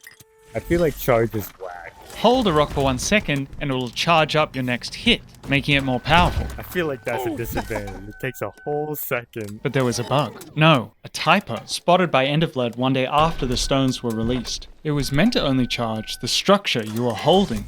But instead, the charge was... Not on the object, but on me. Wait, you can use the effect on a different structure? I can straight any other object and the force multiplier will be applied. Back in the day, the single tempo was Summon Rock, Hit Rock. Charge Stone, Summon Rock, wait a little bit, more powerful rock. As the meta grew, we adapted. Summon 2 rocks, hold 1, proc the charge, use it on another. We call that chambering. Well, I called it chambering and it caught on. But that wasn't Endoflad's only discovery. With the help of iCake recording the double collision boost, he will demonstrate that 2 simultaneous collisions with an object double the object's speed. Unlike waterbending, which prevents collisions, doubling the amount of collisions doubles the amount of speed. Both cube and wall are good for the Despite having many combinations that could trigger this effect, Endoflad will conclude that it's impossible to replicate in actual battle. So is useless. This technique will be forgotten. But what won't be is the Puppet Master that Ulvac showed me on the same day. Which will lead to my dueling Puppet Master. A byproduct of having a held puppet whilst in the air means that if I miss my shot, I'll have a charged attack on landing. I will forever use the Charge Stone, as it will synergize with all of my dueling moves. Sometimes I won't even know when I use the charge, it will become instinct. Very aggressive. What did I do? You just launched a And only someone with a keen eye for tech like Grand can point it Got out. the charge from the puppet and slingshot the cube in the air with Let me clip it, because I don't even know and what it went happened. supersonic. Frost, Mimu, just saw Shoeless do this in a match. I actually do this a lot. Everything I try to make work eventually ends up being a dueling puppet master. It's the crab of Rumble evolution. We're losing the thread again. Not Frost, Grand, who was actually inspired by Lightfox, who discovered the railgun. Oh, weird. You're using your own object break as a speed boost? When structures collide, for a moment, all momentum is paused. This is hit stop. Then the momentum is added back. But if a stronger structure hits 2 weaker structures at the exact same time, the momentum is added back twice. And this is where a railgun is born. My last game? Holy what in the fuck was that? It will create for an extreme adaptation. If you were on the opposite side of the pit, you'd be able to shoot walls at people LOL? Instead of a speed disc, you're doing a speed wall. Whiz. This has already been discovered by Endoflad. 2 simultaneous collisions with an object double the object's speed. Ah, bruh. Oh, dang. I've never seen a wall go that fast in my life. It's confirmed to long range that it is effective. Although it was a rediscovery, as pointed out by my boy, Kadra would come through with some great wisdom. I would definitely keep this thread active. Wait, I need to clip that. And the Railgun brothers did keep it active, and it became the most commented on thread of all Rumble moves, almost doubling that of the second place. Second place being chambering. But it was on the first day someone suggested try it with a boulder. And Lightfox will discover the effect stacks. 3. Day 4, Mimu does it with 15 pillars. Only 1 pillar failed. Correction, Only 1 pillar 14 failed. pillars. 2 weeks in, with a boulder, the first particle accelerator is poetically hit by Grand on Lightfox. 10 months after, Endoflad had concluded it was not effective in combat. Useless. But 10 months minus Get 2 this game days after Endoflad had revoked that statement. Not completely useless. Oh, and it hit me. He was ahead of his time. The technique is precise and time-consuming, but because Lightfox and Grand were both interested in the tech, Doing it on each other gave them the space to set up and learn, and adapt, to make it effective in other combat scenarios, combined with other playstyles. 2 words. Railgun chambering. How exactly? Actually, maybe yes. The combination of patience and destruction marks the return of Endovlad to his tech he recorded with iCake, who would also discover a related destruction mechanic. The hit stop ricochet. We talked about hit stop, which is the vibration that occurs when 2 structures collide. iCake found out that that state makes structures invincible. They can neither be destroyed or destroy other structures. But it's actually not on destruction. It's when 2 structures touch. So even a glancing blow can put a structure into that state. Like with this wall here, which goes into hit stun after glancing off the cube, meaning the disc won't get destroyed when it hits it and bounces off it instead. Oh, learning the ways It was of when I was Flick. trying to indoctrinate Yeet that we played The fun minigame. Whoever ricochets first It wins. was neither fun nor viable in combat, much like waterbending only working 1 in 20 times. Oh! Full voice chat. But it was on the first day that Lightfox rediscovered this, since a glancing blow could still cause a speed boost. But it was the fail guns I was more interested in. Could you use the opposite effect? When the hit stop is just off, instead of boosting, it creates a dead stop. Ricochet or dead stop was just a matter of angles. Of course, it was on the 4th day that Endovlad proved this defensive theory, demoed here in a clip by Grand, With some ungodly timing, you can get an indestructible shield. otherwise known as the dead stop defense, which I will forget the name of. Oh, hit stop defense. Whoa, Despite just coining the term. Nice stop defense. That's Grand who would correct me. And later also remind me that with the vertical railgun, anti-air will get better, Flick's novelty will wear off and get worse, and I will fail to perform a Flick God full ascension on a railgun. Dude, on client. Jesus. But in the background of all this, a great evil was taking shape, and it had been growing since the original discovery of the railgun and dead stop. This explains so many interactions. Because the unintended consequences of this tech would be adopted by a special breed of rumblers. I love it. So many folks focusing on cool tech. Meanwhile, I'm here like, I just want to spawn balls as fast as Jack. Because from the very beginning, there have been those who wish to chain dreamers to the ground. I got my kick out of high spawn pace before fastball was nerfed. Nerfed? It was kind of meta-defining. And that desire to chain can never be patched out. Have you met Tamriel or Juice Par? Oh my god, that was crazy. Oh. Shit, thank you, Bevan. The disc spam. On client, I can't do it, man. High-paced players have always been strong. Mindless production factories of rocks. I'd call it button mashing, but you gotta appreciate the refinement of physical poses and muscle memory to such a degree. Even if the technique is hated. Oh, the disc spam is real. By most. Loved by the users of the tech. Spamriel was the most notorious of these players. Nice, very nice. For he knew the powerful exploit it created. Hitstun doesn't just make structures immune to destruction, it makes them immune to modifiers. Or in other words, it'll eat up your combo. There's nothing I can do against that. Just the disc, I can't do anything. I hit it, but it got hit stun, so it slingshotted back at me. Again, it got hit stunned. It's so dumb. Because when the weakest structure can stop the strongest structure dead in its tracks, we have an issue. Well, yeah. Like, I like the idea, but the thing is, it's too easy. If you just tell someone spam disc, you'll win. That it's too easy. Not that that's something Tamriel would ever tell someone to do. And something you should know about Rumble is powerful players are not born in isolation. They almost always come in pairs. If you don't win it, I have failed as a teacher. Okay. Oh, wait, whoa. And that's how Tamriel's disciple, Juice Bar, came to be.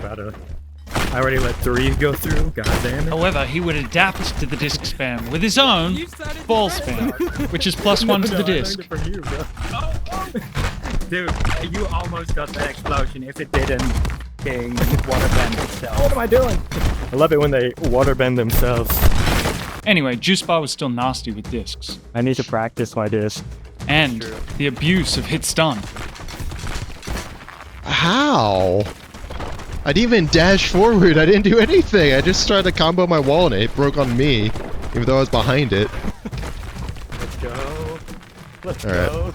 Let's go. Kicking your ass and abusing you on host. The jank of the abuse happened enough to make Bivin post about it on the feedback forum. That's more what I was expecting to do to you. I admit there are ways to fight against this, but I'm frustrated it's such an easy thing to do. Tamriel will argue for his beloved mechanic to stay. It's actually pretty doable to deal But with. later will develop some empathy and see others' viewpoint, changing his mind. Extremely effective to abuse because it And even works. suggest increasing the cooldown on disk, as trying to patch this out would have flow-on effects to the railgun and all its related beautiful tech. No, wait. I think that was the other way around. My grasp on time isn't that good. Besides, even if they nerfed disk, Hit stop, hit stop, hit stop. Hit stop, hit stop, hit stop. when Juice Bar has perfected the ball, it won't matter. Oh, wow. Dude, so many is waterbending for no reason. Again, you must appreciate the mechanical discipline of honing your own body to produce as many rocks as possible. Which is why on day 194 of Orphan Obliterator begging the devs and asking a daily question of who is the best up-and-comer, I will say Juice Bar, who, yes, full disclosure, is one of my bosses on Patreon. So's Tamriel, by the way, and I called his technique a great evil, which I now regret. So, was this a conflict of interest? I'm gonna say... no? Also, I assume he's named that because he adopts orphans.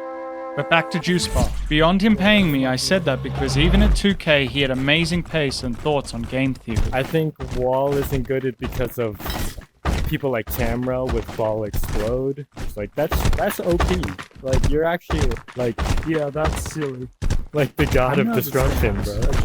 Hey, by the way, I heard you have quite the aptitude for spawn pace, but opted out for more creative gameplay. Who is spreading this rumor that I can spam if I want to? The god shoeless.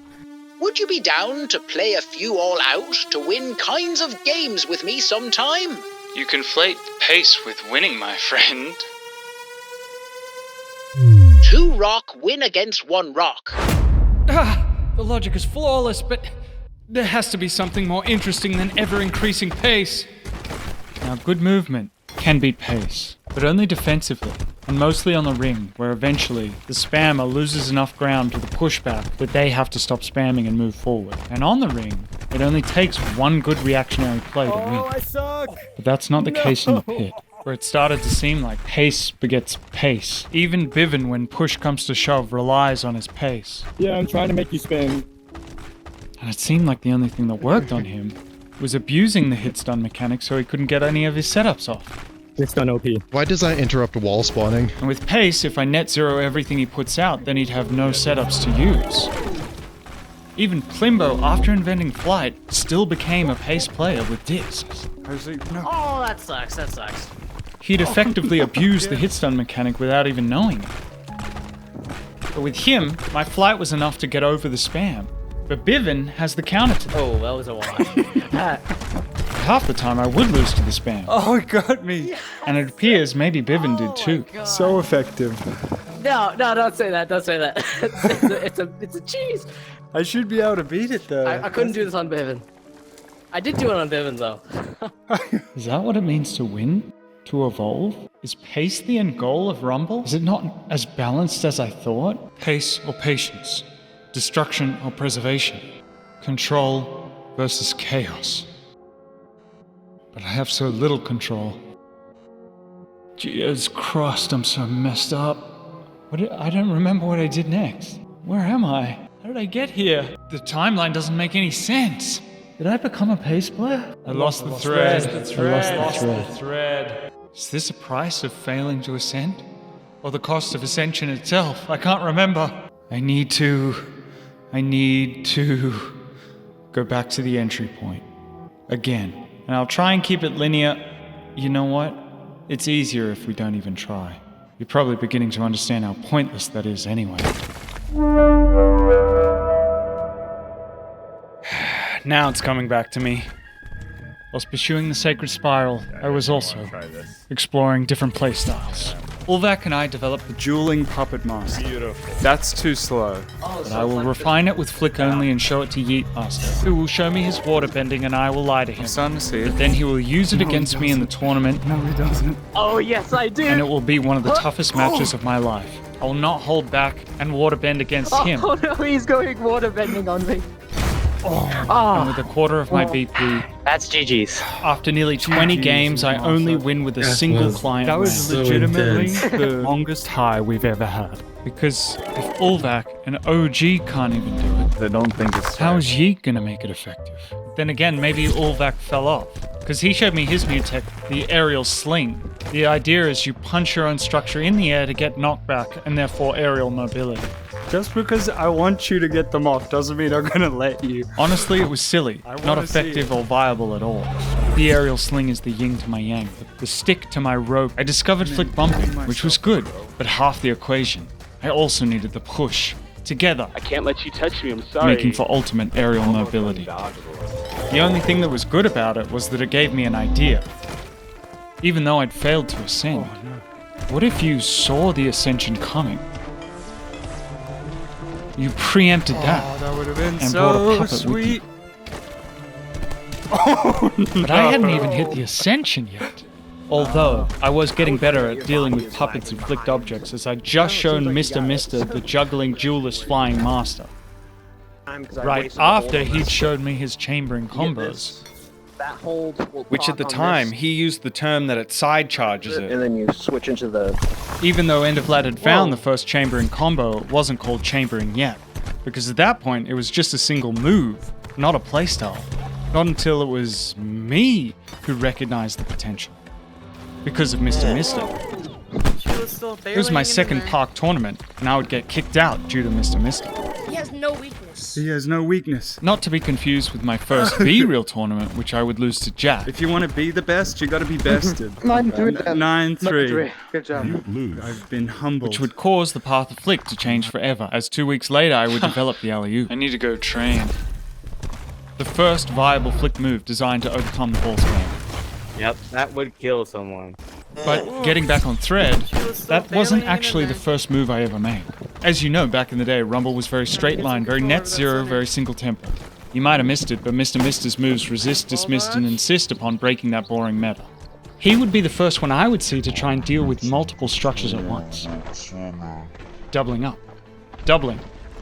In fact, my very first move that I invented involved this principle. It seems trivial now, sure, but back in the day it wasn't. You see, when you use hit modifiers in Rumble, you have an area of influence. It's invisible, unknown, and so it's very easy to mistarget what you're trying to hit. Oh, got the failed targeting. Oh, nice. But with time and experience, a new breed of Rumbler came to be. One solely focused on reactivity. Oh, you punched mine. And somehow managed to hold two things at once and two punch your object. And this is where Mr. Mister excelled. Not necessarily because of his doubling, Just been trying to train my hands to be as fast as possible. but because of his parrying. Trying to match my reaction speed to my hands. At one point, the charge stone was enough, not due to its speed, but its novelty. And novelty can be adapted to. Oh my gosh. And you blocked it. Oh my, that was, oh my gorgeous. Never Because not anything that impressive. can be predicted will be parried. Even a railgun, on just the third day of its rediscovery. In a way, Rumble is just a rhythm game, and simple rhythms can be predicted. Oh, nice. We needed something weirder, that's a something clip right complex, there. something like chambering, because chambering is... Very much jazz. Because you're always waiting for that pattern of that ding, and it's an art. It is. It's improvisation. It is a way of life. Right? It is a state of mind. It is a philosophy. What isn't chambering? That is the question. The only true answer is volatile. True. Chaos. Wait, no, Frost hasn't entered the chamber yet. With Mr. Mister, not only did he inspire me to try and handle multiple structures at once, Oh, I'm trying your play style. he also required me to use multiple structures at once, because doing weird stuff was the only way I could hit him. Adaptation and inspiration were two sides of the same weirdly floppy coin. But this was before full-on chambering, because at that point I was still calling it. The doubling thing is really good. Yeah, I can't carry both. I didn't have all the pieces until I realized the potential in this clip. My doubling cube rush was just that, rushed. By slowing down, breathing, and taking time to appreciate the present moment, the charge will proc and the cube will go twice as fast. I would rename this the Daisy Chain and premiere it, versing my waterbending teacher, Yeet Master. Oh wait, this is the strat. But Mr. and I will be skeptical of waterbending, because it only happens by chance. The precision and gentleness required was just too much. We hope one day the devs will tweak the values, so attempting something like this would make your structure slightly less likely to break. I know. Regardless, Endoflad, Mr. and I would push forward chambering, each of us specializing in a different starting held structure. For example, my wrist rocket. With a held ball to proc the charge, you can charge slingshot straight a grounded cube, making for one of the furthest reaching 4 damage moves in the game, while still having a ball to follow up with. I'll put these moves on my skill tree under the name Chambering. That's so sick. Which is where Endoflad gets the name from. This would have to be my solution to Bivn's pace. Patience. Oh no, don't chamber me. Dude, you're just bullying me with speed. Speed? I'm a patience player. Pace ain't my Yeah, thing. except you're not. You're a burst But player. Windet corrects me. I'm not up to your level of confidence where you just wait for the opponent to summon a thing so that you can Uno reverse everything that they send at you. You just worry about you, okay? Don't worry about what I'm doing. And your whole playstyle is just no you. Anything you throw at me, I'm going to throw back with something more. Patience and pace. 2 sides of the same coin. That means Spamroll was right. 2 rock win against 1 rock. But it wasn't mindless production. It was different. Oh. Must be nice having multiple options. It is nice. You gotta train that. See, when I was facing Bivin, it was definitely a spawn pacing, but for you, you're like outplaying me. Before the fight, I was thinking that it was just spawn pace, but no. There's more to go. Despite the undisputable evidence, the charge stone would be underutilized, as naive players would rather choose the volatile stone instead, due mainly to a bad influence. You know, that stone is more trouble than it's worth. No, but I saw Bivin using it. I tried to warn people in a pseudo-prequel on the second channel Shoot Lesser for videos I was meant to edit less. Instead, it was pointless because the videos ended up being the same production value as this channel. But my warning fell on deaf ears. As one person, I could only do so much. Should I switch to charge from volatile? I think you know the answer in your heart. It would not be enough to fight the tide of chaos. Another one saved. I know the answer in my heart. Really. The art of chambering would be lost. Like I am. If I could just catch up to myself. Did I abandon the spiral path? Because using charge was... The only way to get a shot on you... Please, just wait. Tell me what I did next. I can't have abandoned it, but I know that all my flick tech would start to fail on Mr. Even the standard alley-oop you've got a good read on. No, the chaos. I can't keep it in order anymore. I don't know who came first. My timeline is all jumbled up. How do I even know if I'm telling it in the right order? I've been told that we have similar things that we do, because he uses charge as well. And is he talking about Frost? Him, you, and a few other people are the only people I know who use charge. I've been working on chambering, featuring my favorite object, Pillar. So Frost uses pillars a lot too. So that's interesting. You're like... But Frost didn't come along for another year. They spawn faster. And neither was musical memoirs. As long as you keep the pillar moving, they can knock things with explosion pretty well. Well, how's Mr. doing Mimu's That's a new Rook's combo defense? with the powerful... Charged uppercut? Or Frost's charged uppercuts. Is that it? I've done that. Cause and effect have no meaning when past is cleaved from present. Maybe I should accept this uncertainty principle, since who could ever fully know causality? But that's not the full picture, because there's something else I didn't tell you. There are memories I have that are not my own. Ones I've never found a door for. Have you got it off in-game? Like a world where Bivin discovered the railgun, but I know that didn't happen. I haven't reliably hit someone with it. Yeah, it's cool. And Grand push forward explosive ricochets. That was beautiful. And Tamrol I'm really sorry, Juice Bar, push forward chambering. but this is gonna be my new... And gave that advice to his disciple Juice Bar. I was really thinking about that was the issue. because this is too good. No, this is chaos. This isn't my timeline. There are multiple timelines.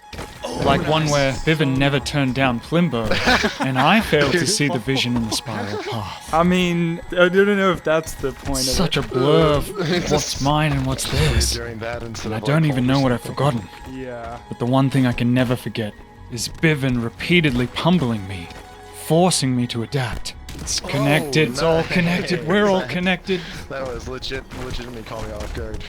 It's an endless looping cycle of different playstyle, reincarnations of different Bivin. fighters across time. Oh shit. Evolving, I'm watching your tricks. changing, adapting. I learned your style too. The only constant across the parallel timelines is that they never cross, and all moves are eventually found, regardless of the discoverer. The other truth is, even though I'm across time, I could never affect the sequence of events. On the 13th day of the Railgun's rediscovery, I will learn of what will become known as the Toaster Setup. I will find an unlived section in my past, 7 months prior. I will try to create a grandfather paradox by showing it to Mr. Mister. But my memory deteriorates when I fail. However, I become interested in the dead stop that occurred, which I will later come to ask Lightfox about so he can document it. Could you use the opposite effect? When the hit stop is just off, instead of boosting, it creates a dead stop. Which is just a rediscovery of the hit stop ricochet. Whoa! But that greater awareness of it will bring out more hit stop abuse. Again, it got hit stun. So It's Tamra so will dumb. use it more and inspire me. 2 rock win against 1 rock. Just not in the way he intended. So perhaps I did paradox something. Or perhaps what happened was what was always going to happen. Regardless, inspiration is the key. Because it was Mr. Mister who was also inspired by me. Those flick catches you do midair blow me away every time I see it.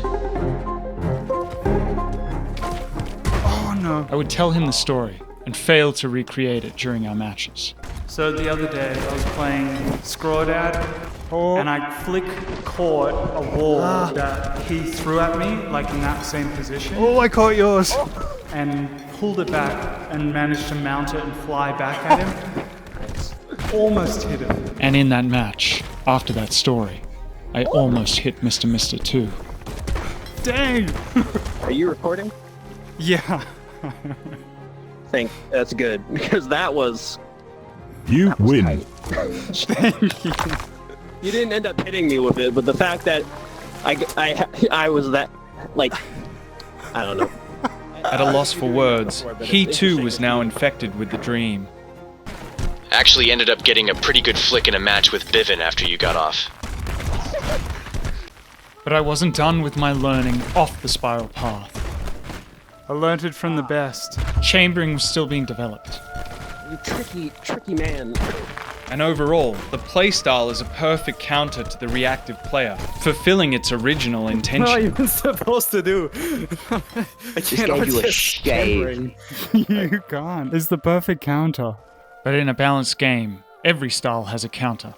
And that counter just so happened to be chaos again. Since my favorite chambering combo is the wrist rocket, with a grounded cube, any explosive will unground the cube, breaking the hold, thus disarming the chamber. But that's not why Volatile is so good against the style, because a chamberer always needs to have a structure on hand. And if you always have a structure on hand, then you already have half of the equation the Explode player needs sitting right next to you. Especially if you want to use Explode yourself. Dang, it just seems like Volatile is the counter to everything. I think they need to make a shift stone. Even Mr. Mister thought there should be a shift stone or new move that you could apply temporarily to an object to make explosion not work on and it. even his reincarnation struggled too against the reincarnations of pace players. Man, I played Juice Par last night, and they enlightened me to the sheer difficulty of a matchup against a high-pace, frequent explode user. Volatile cubes are a bit too much. Well-timed explode disc could mess it all up. Yeah, I played against Bivin the other day and got my ass handed to me. Well, it's Bivin. That's a high wall to overcome. Explode will probably always be our weakness, but who knows? We may find chambering moves that counter it. The last missing thread, I know it! Something that brings it all together. Control, patience, and preservation. What is Volatile's weakness? It's chaos. It can't have a weakness. It is a weakness in itself. Word, what is the word? Waterbending? Did not consider waterbending. Waterbending. Waterbending. That explosion, if it didn't. Waterbend themselves. Oh no, he's going waterbending on me. Waterbending is quite hard. I want to flex things. I've definitely done it. It's just been accidental. It feels like a fluke. Sometimes I don't think it's viable. Hard to pull off super When you're moving an intentionally. object, I wish it was just slightly less likely to break. I have so much respect for Yeet Master. Yeetmaster was a fool to pursue such a hard, unintuitive, and risky technique. Hey, what do you think of my waterbending But technique? luckily, so was his sensei, who became his student. Because if you can flow like water, preserving the rocks in harmony so they do not break on each other, you can disarm the trigger. Not only that, but you can return that chaos back to its sender. See, I think wall is the best opening. But I don't think wall is the best because volley sword basically will just counter the wall. I'll show you. Okay. Waterbending is the answer. I'll find clips. Gentle hand is terrifying. Alright, I'm gonna just... Oh, wow. Damn it. I'm just gonna, like, not talk. Wall is the best opening. That's a good one. See, I was about to say, like, I feel like charge is whack, because it takes a whole second. I remember seeing these clips live. That's sick. Nice. Okay, fine. That's really good. That's a hella good strategy. See, I didn't consider waterbending. That's the counter to volatile. What the fuck? That's insane. Dude. Watch out! Don't avoid your fate. How you avoid your fate? That was some beautiful waterbending. I appreciate it. The first thing I was thinking when you switch back to charge stone was like, it takes a whole second. I feel like that's a disadvantage. Yeah, chamber slingshot. But you used that 1 second to waterbend my scrubber cube, bro. Oh my god. Come here. It's this game, man. That's insane, actually. This game. Wow. That must be the next level, the ascension I'm looking for. There's many ascensions in this game. Patience, yeet. preservation, and control. You're kidding! Stop! Yes! Yes! Which is exactly what I needed to beat Bivin. I don't even know what that was. I just mortar launched a wall, and mid-flight, Shula's caught it with his own wall, and then hit me with both. I think I know when I am. All of this training, so much, just to overcome this one style. It has to be enough. This is it. This is where I'm up to. I'm finally ready to take you on, Bivin, and this time... Huh? Who? When are you? Maybe I have already done this then. I swear this was my time.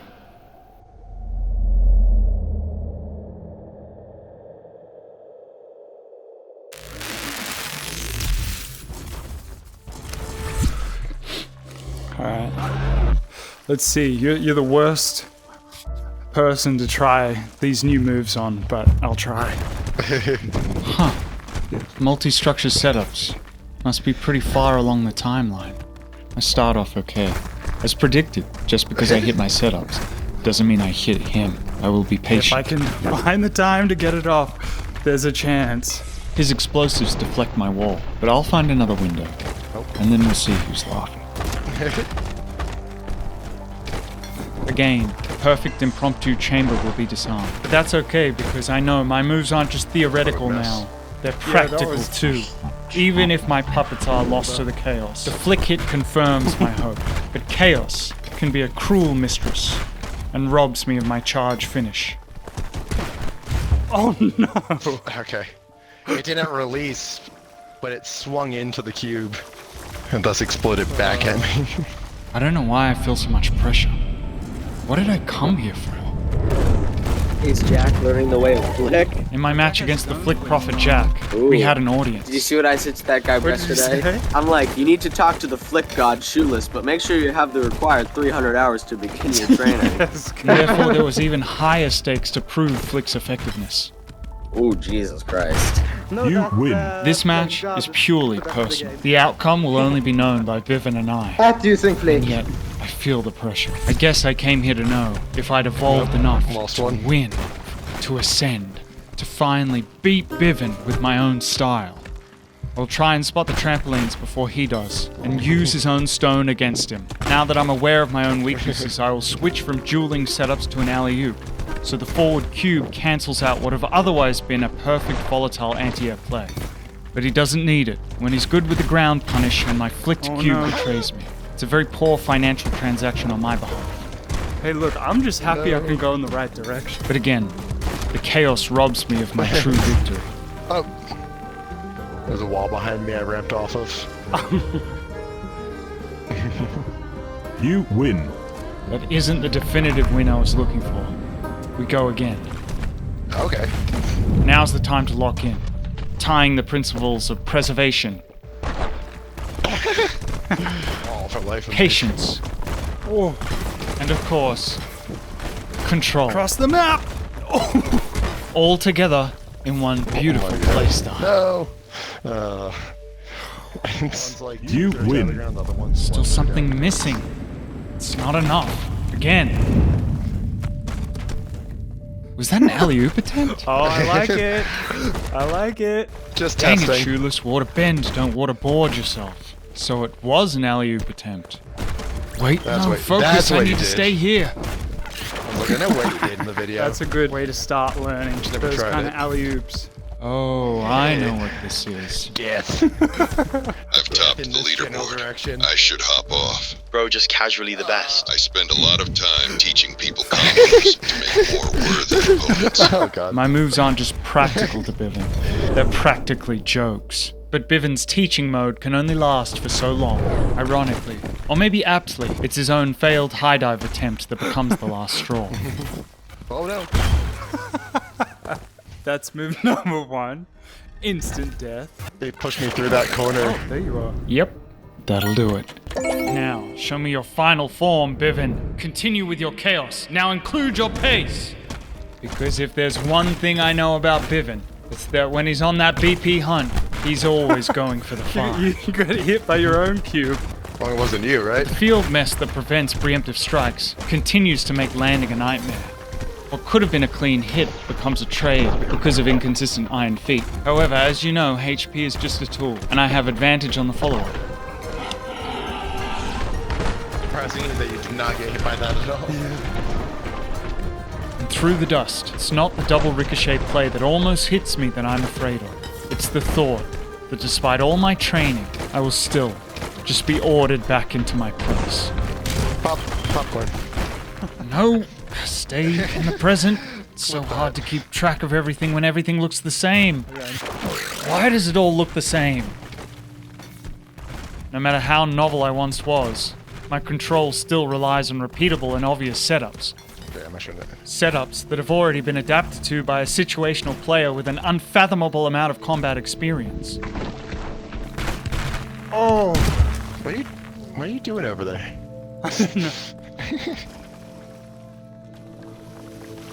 I'm trying new things that aren't working out, obviously. That's why. You lose. I remember. He turned it on and I don't win a single round after this. But I've come so far. That's move number 1. Instant death. My charge would fail me when Explode disarms the hold. He just started balling his face. Oh, I'm too tall. My chambers would fail when Vivids Explode diverts my ball, only causing it to push my own cube back into me. But even without Vivid, I'd cause my own failure with a backfire of my chamber setups into myself. No, that was just me. And even my puppets would fail and betray me. You triggered one of the mines. And my patience to find a window would fail the pace. Use it or lose it. Waterbending would fail due to a lack of spatial awareness, and I'll just fail to see his explosive plays coming, and then I'll fail to get into the air when I'm anti-aired on the way up and on the way down. My control, my dreams, they mean nothing in a chaotic world, only understood by those who wish to chain me in my place. Why am I still playing him? I already failed to get what I wanted. Why didn't I leave? Why didn't I quit? Boulder next to you. Why don't you care when it's all going wrong? Oh my god. Why are you laughing? I was worried about my own Why are you cube. using a flick whip that worked once when Bivin would clearly adapt to it? Oh, legitimately caught me off guard. Have you learned nothing? No. Oh no. It wasn't that I hadn't learned. It's that I had always known. That's the one, like, huge weakness to an aerial playstyle is any explosives. And therefore, maybe I came for the same reason. I will use my moves against Bivin. No one will watch us fight.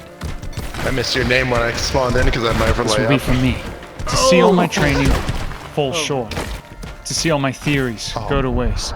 To see every attempt of control be washed away by chaos. Landing where I'm trying to explode something else. To see how truly far I have to go.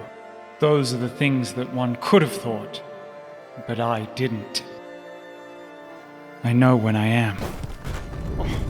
Intellectually, I cannot refute that my time in isolation had adapted me into a corner.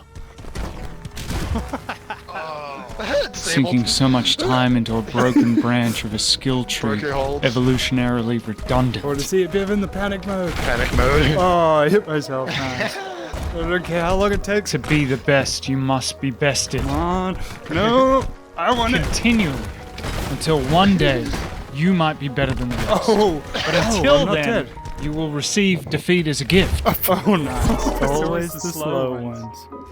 And thankfully, Didn't expect that. Bivin still could give me that gift. The last gift I would need. I'll catch you. Jeez. Because that is why I went through his door, time and time again. I remember. Not once did I ever walk through that door to win. If I didn't understand that, I would have quit. And in 1,000 other lifetimes I did. But for whatever reason in this one, I didn't. Because just 1 week later, I finally had enough control. That shoeless man.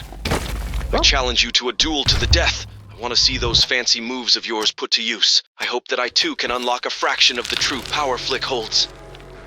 I haven't had that nivå, so we'll see how this goes. Control, not for the sake of winning, but for the sake of telling a story. He's just too strong. That would change the meta forever and save the game we loved by inspiring a new generation of rumbles. But I wasn't done telling that story, because in that match with Jack, again the future presented itself. But had that flick worked, I mean, it was such a perfect moment. Now that's part of the I meta. thought I had control, but I wanted more, beyond that which is possible. That is the spiral path. To smash one's head into the wall continually, expecting something to change. Ascension beyond control requires madness. Oh, he dodges it. That level of insight I need. You aren't supposed to fly into it, you're supposed to fly under it. It's only accessible through a reckless abandon. A total disregard of self-preservation. Oh, he steals it. Can't use it. An annihilation of the natural order. Ultra instinct. I don't know what I'm doing. Oh, I tried. And the snipe. Abandon thoughts of glory. Abandon all fear. Never seen someone use that in a fight. Conflate fun for failure and failure for fun. Order has no meaning against one with no logic. You cannot predict the end of an infinite path. I will fail to ascend. I will fail to admit defeat. I will fail to accept there is a meta. I will fail to quit when I should. I will not evolve. I will not adapt. I will squander every opportunity. I will lose. I will let go of my pride. I will be a joke. I will fail to be Mario. Yeah, failed to be Mario.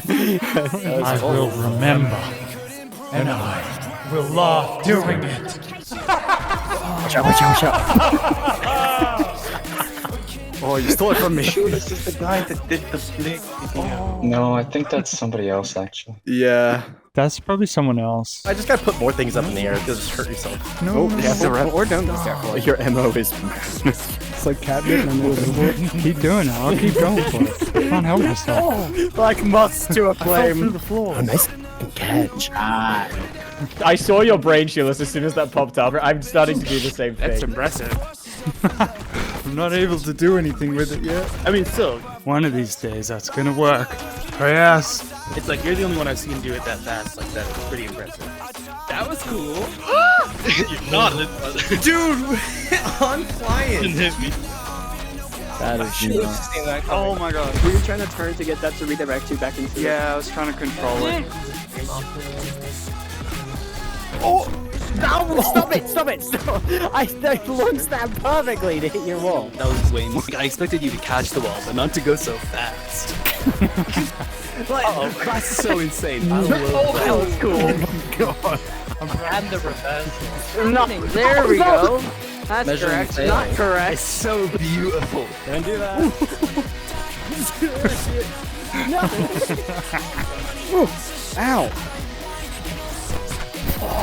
How do you get so high up and then you're also like... Oh, that was nice. You went above.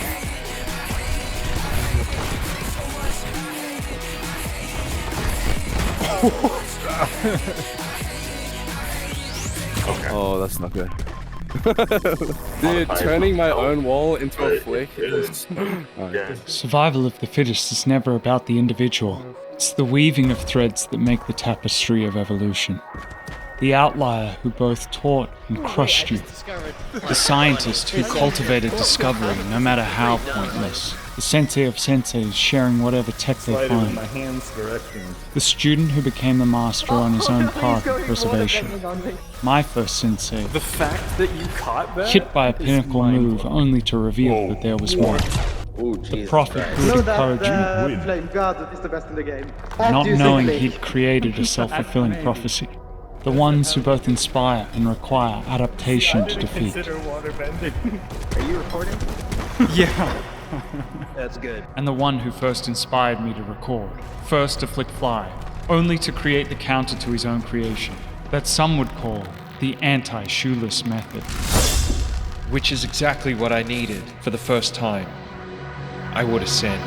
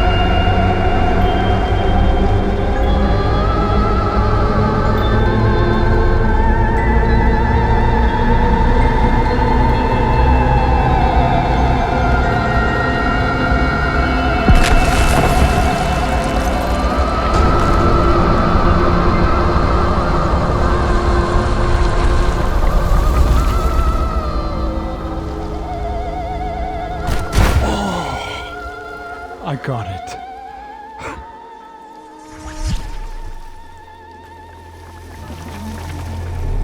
I've been practicing that for so long. So much self-damage. Yeah, just could not. It's just I just have to watch it. You win. You know, you have to just look up and watch. To think, none of this would have been possible if the devs had included some sort of skill-based matchmaking to gatekeep the noobs from the pros. Haha, young me. Don't even think about winning. Just have fun. And you! Look at you looking at me. You're scheming even though you don't remember anything. I'm gonna save you a ton of time. You're lying to yourself when you say you care about winning because it's through the blessing of defeat that Bivin made you who you were, or are, or grind. And if you want to ascend, winning is completely irrelevant. What you want to do is inspire. I just said the same thing I said last time. It doesn't matter what I say because through communication over different planes of power, I'll just hear the cryptic riddle. I achieve ascension, and with it the power to have glimpses of the future. But it came at a cost, a price far higher than I might have paid had I known. Yes! Unmoored from time, past, present, and future intertwine. But that was not the worst of the toll. I wanted more, and I got more glimpses, allowing each ascension to be easier than the last because of the foresight I had. But again, it would further blend my timeline. You thought I wouldn't go for it? I even ascended on a railgun, and it allowed me to order my memories along a spatial axis as if along a railway. Oh no, no, don't do it again! Flick God No, full don't do it century? again! But it only accelerated my timeline's temporal corruption, making it pointless. But that was not the heaviest burden. I tried to slow down my ascensions. I edited more so I could bring others into the game, at the cost of myself being unable to play the game I loved. But the longer the spaces between ascensions, the less of a grasp on my own timeline I could have, because when past is cleaved from present, cause no longer precedes effect, and my memory will begin to fail me under the weight of a blended timeline. But that was not my greatest torment. Yet still, I ascend again to retain some control. It was all trapped. Dang it. It was all trapped. Take that, bug zapper. I even ascended against BIVN on the client side. Yes! Yes! Maybe that was when the chaos was introduced to my future visions. Wait, I don't remember filming Some futures of mine were not my own. Other me's with other lives existed, and somehow artifacts of these worlds would end up in our own. There was even one where I had a Netflix special. The three-party problem is impossible. But that is the extent will to never which be they solved. cross. I can't say for certain which ending was mine, but they all met a similar fate. The more subscribers I get, the closer I get to my downfall. I had almost accepted that this was my fate, but then I saw it, a future so full of hope and promise, and I was certain that it was not my own, because in it, unlike the others, I was not alone. And that was the highest price.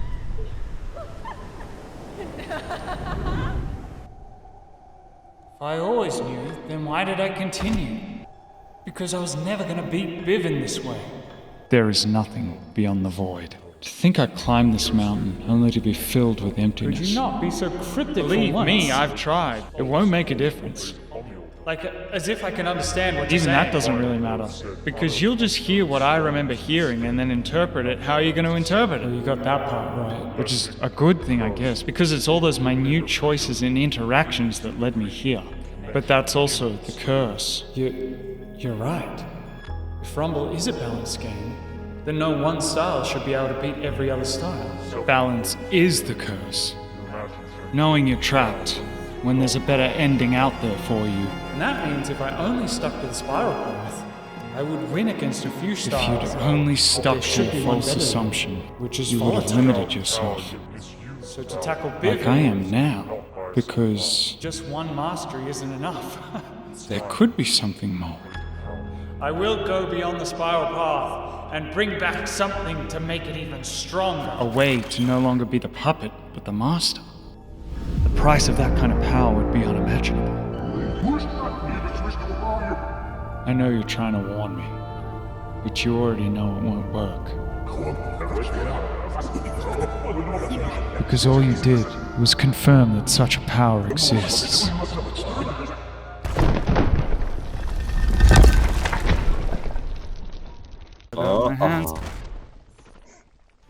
Could have space been the sin. Oh wait, no. Not that either. You hit yourself. Anticipate the anti-air. I did everything to try and make that work. I'm done for.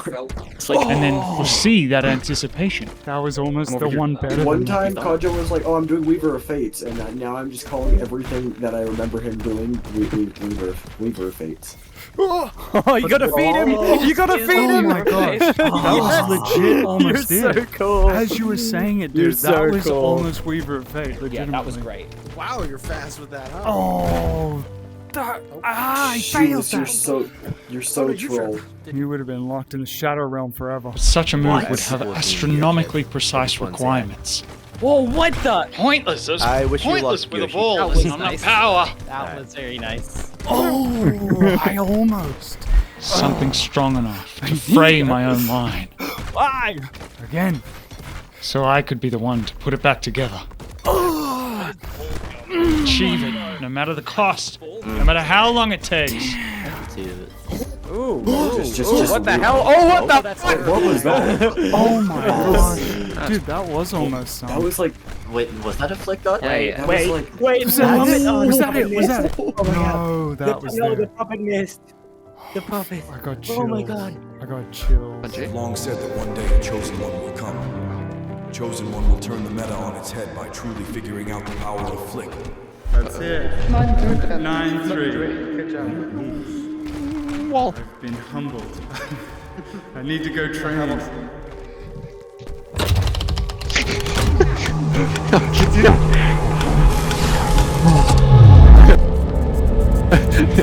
Minimize the time. That was the Weaver fate. I picked up yours, I had a puppet, and they both ate me. That is gonna have some consequences. I wonder if I pulled any strings. That looks pretty deep in the future of my past, of my timeline. I got a bunch of things to do before then. So no stress worrying about it now.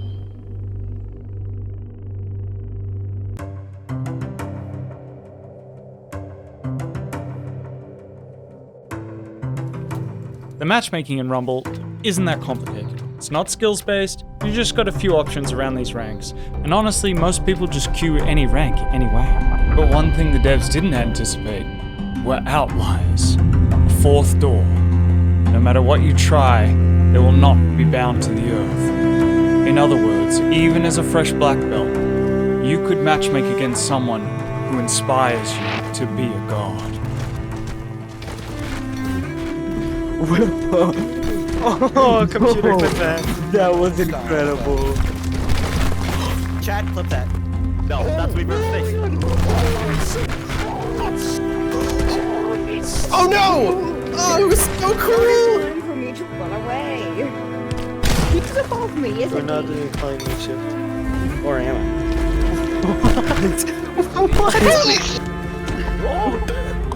You caught it!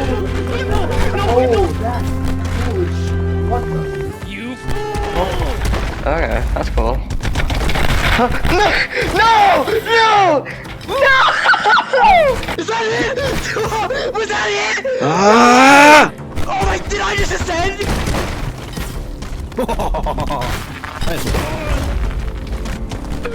Yes! Makeshift ascension! Olvac, I have a question for you. Do I still think Flick hold is better than flick on? Yes. Especially for learning. I think flick hold is better than flick what?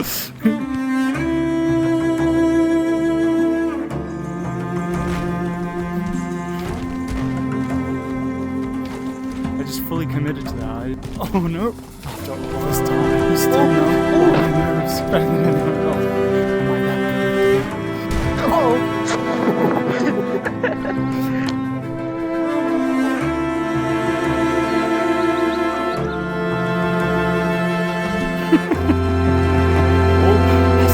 There you go. That was it. So that's what it feels like. Thank you. I kicked it. I kicked it. Elderby's classic Kaja to rage quit when he wins.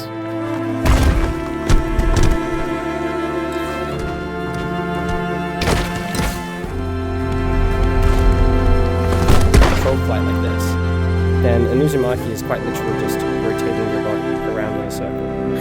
Like that, that's all it is. Really straining. The hell froze over. AU has the highest player count right now. 3 people got the leaderboard bug. I met Bivin today. He was chill and taught me the alley-oop.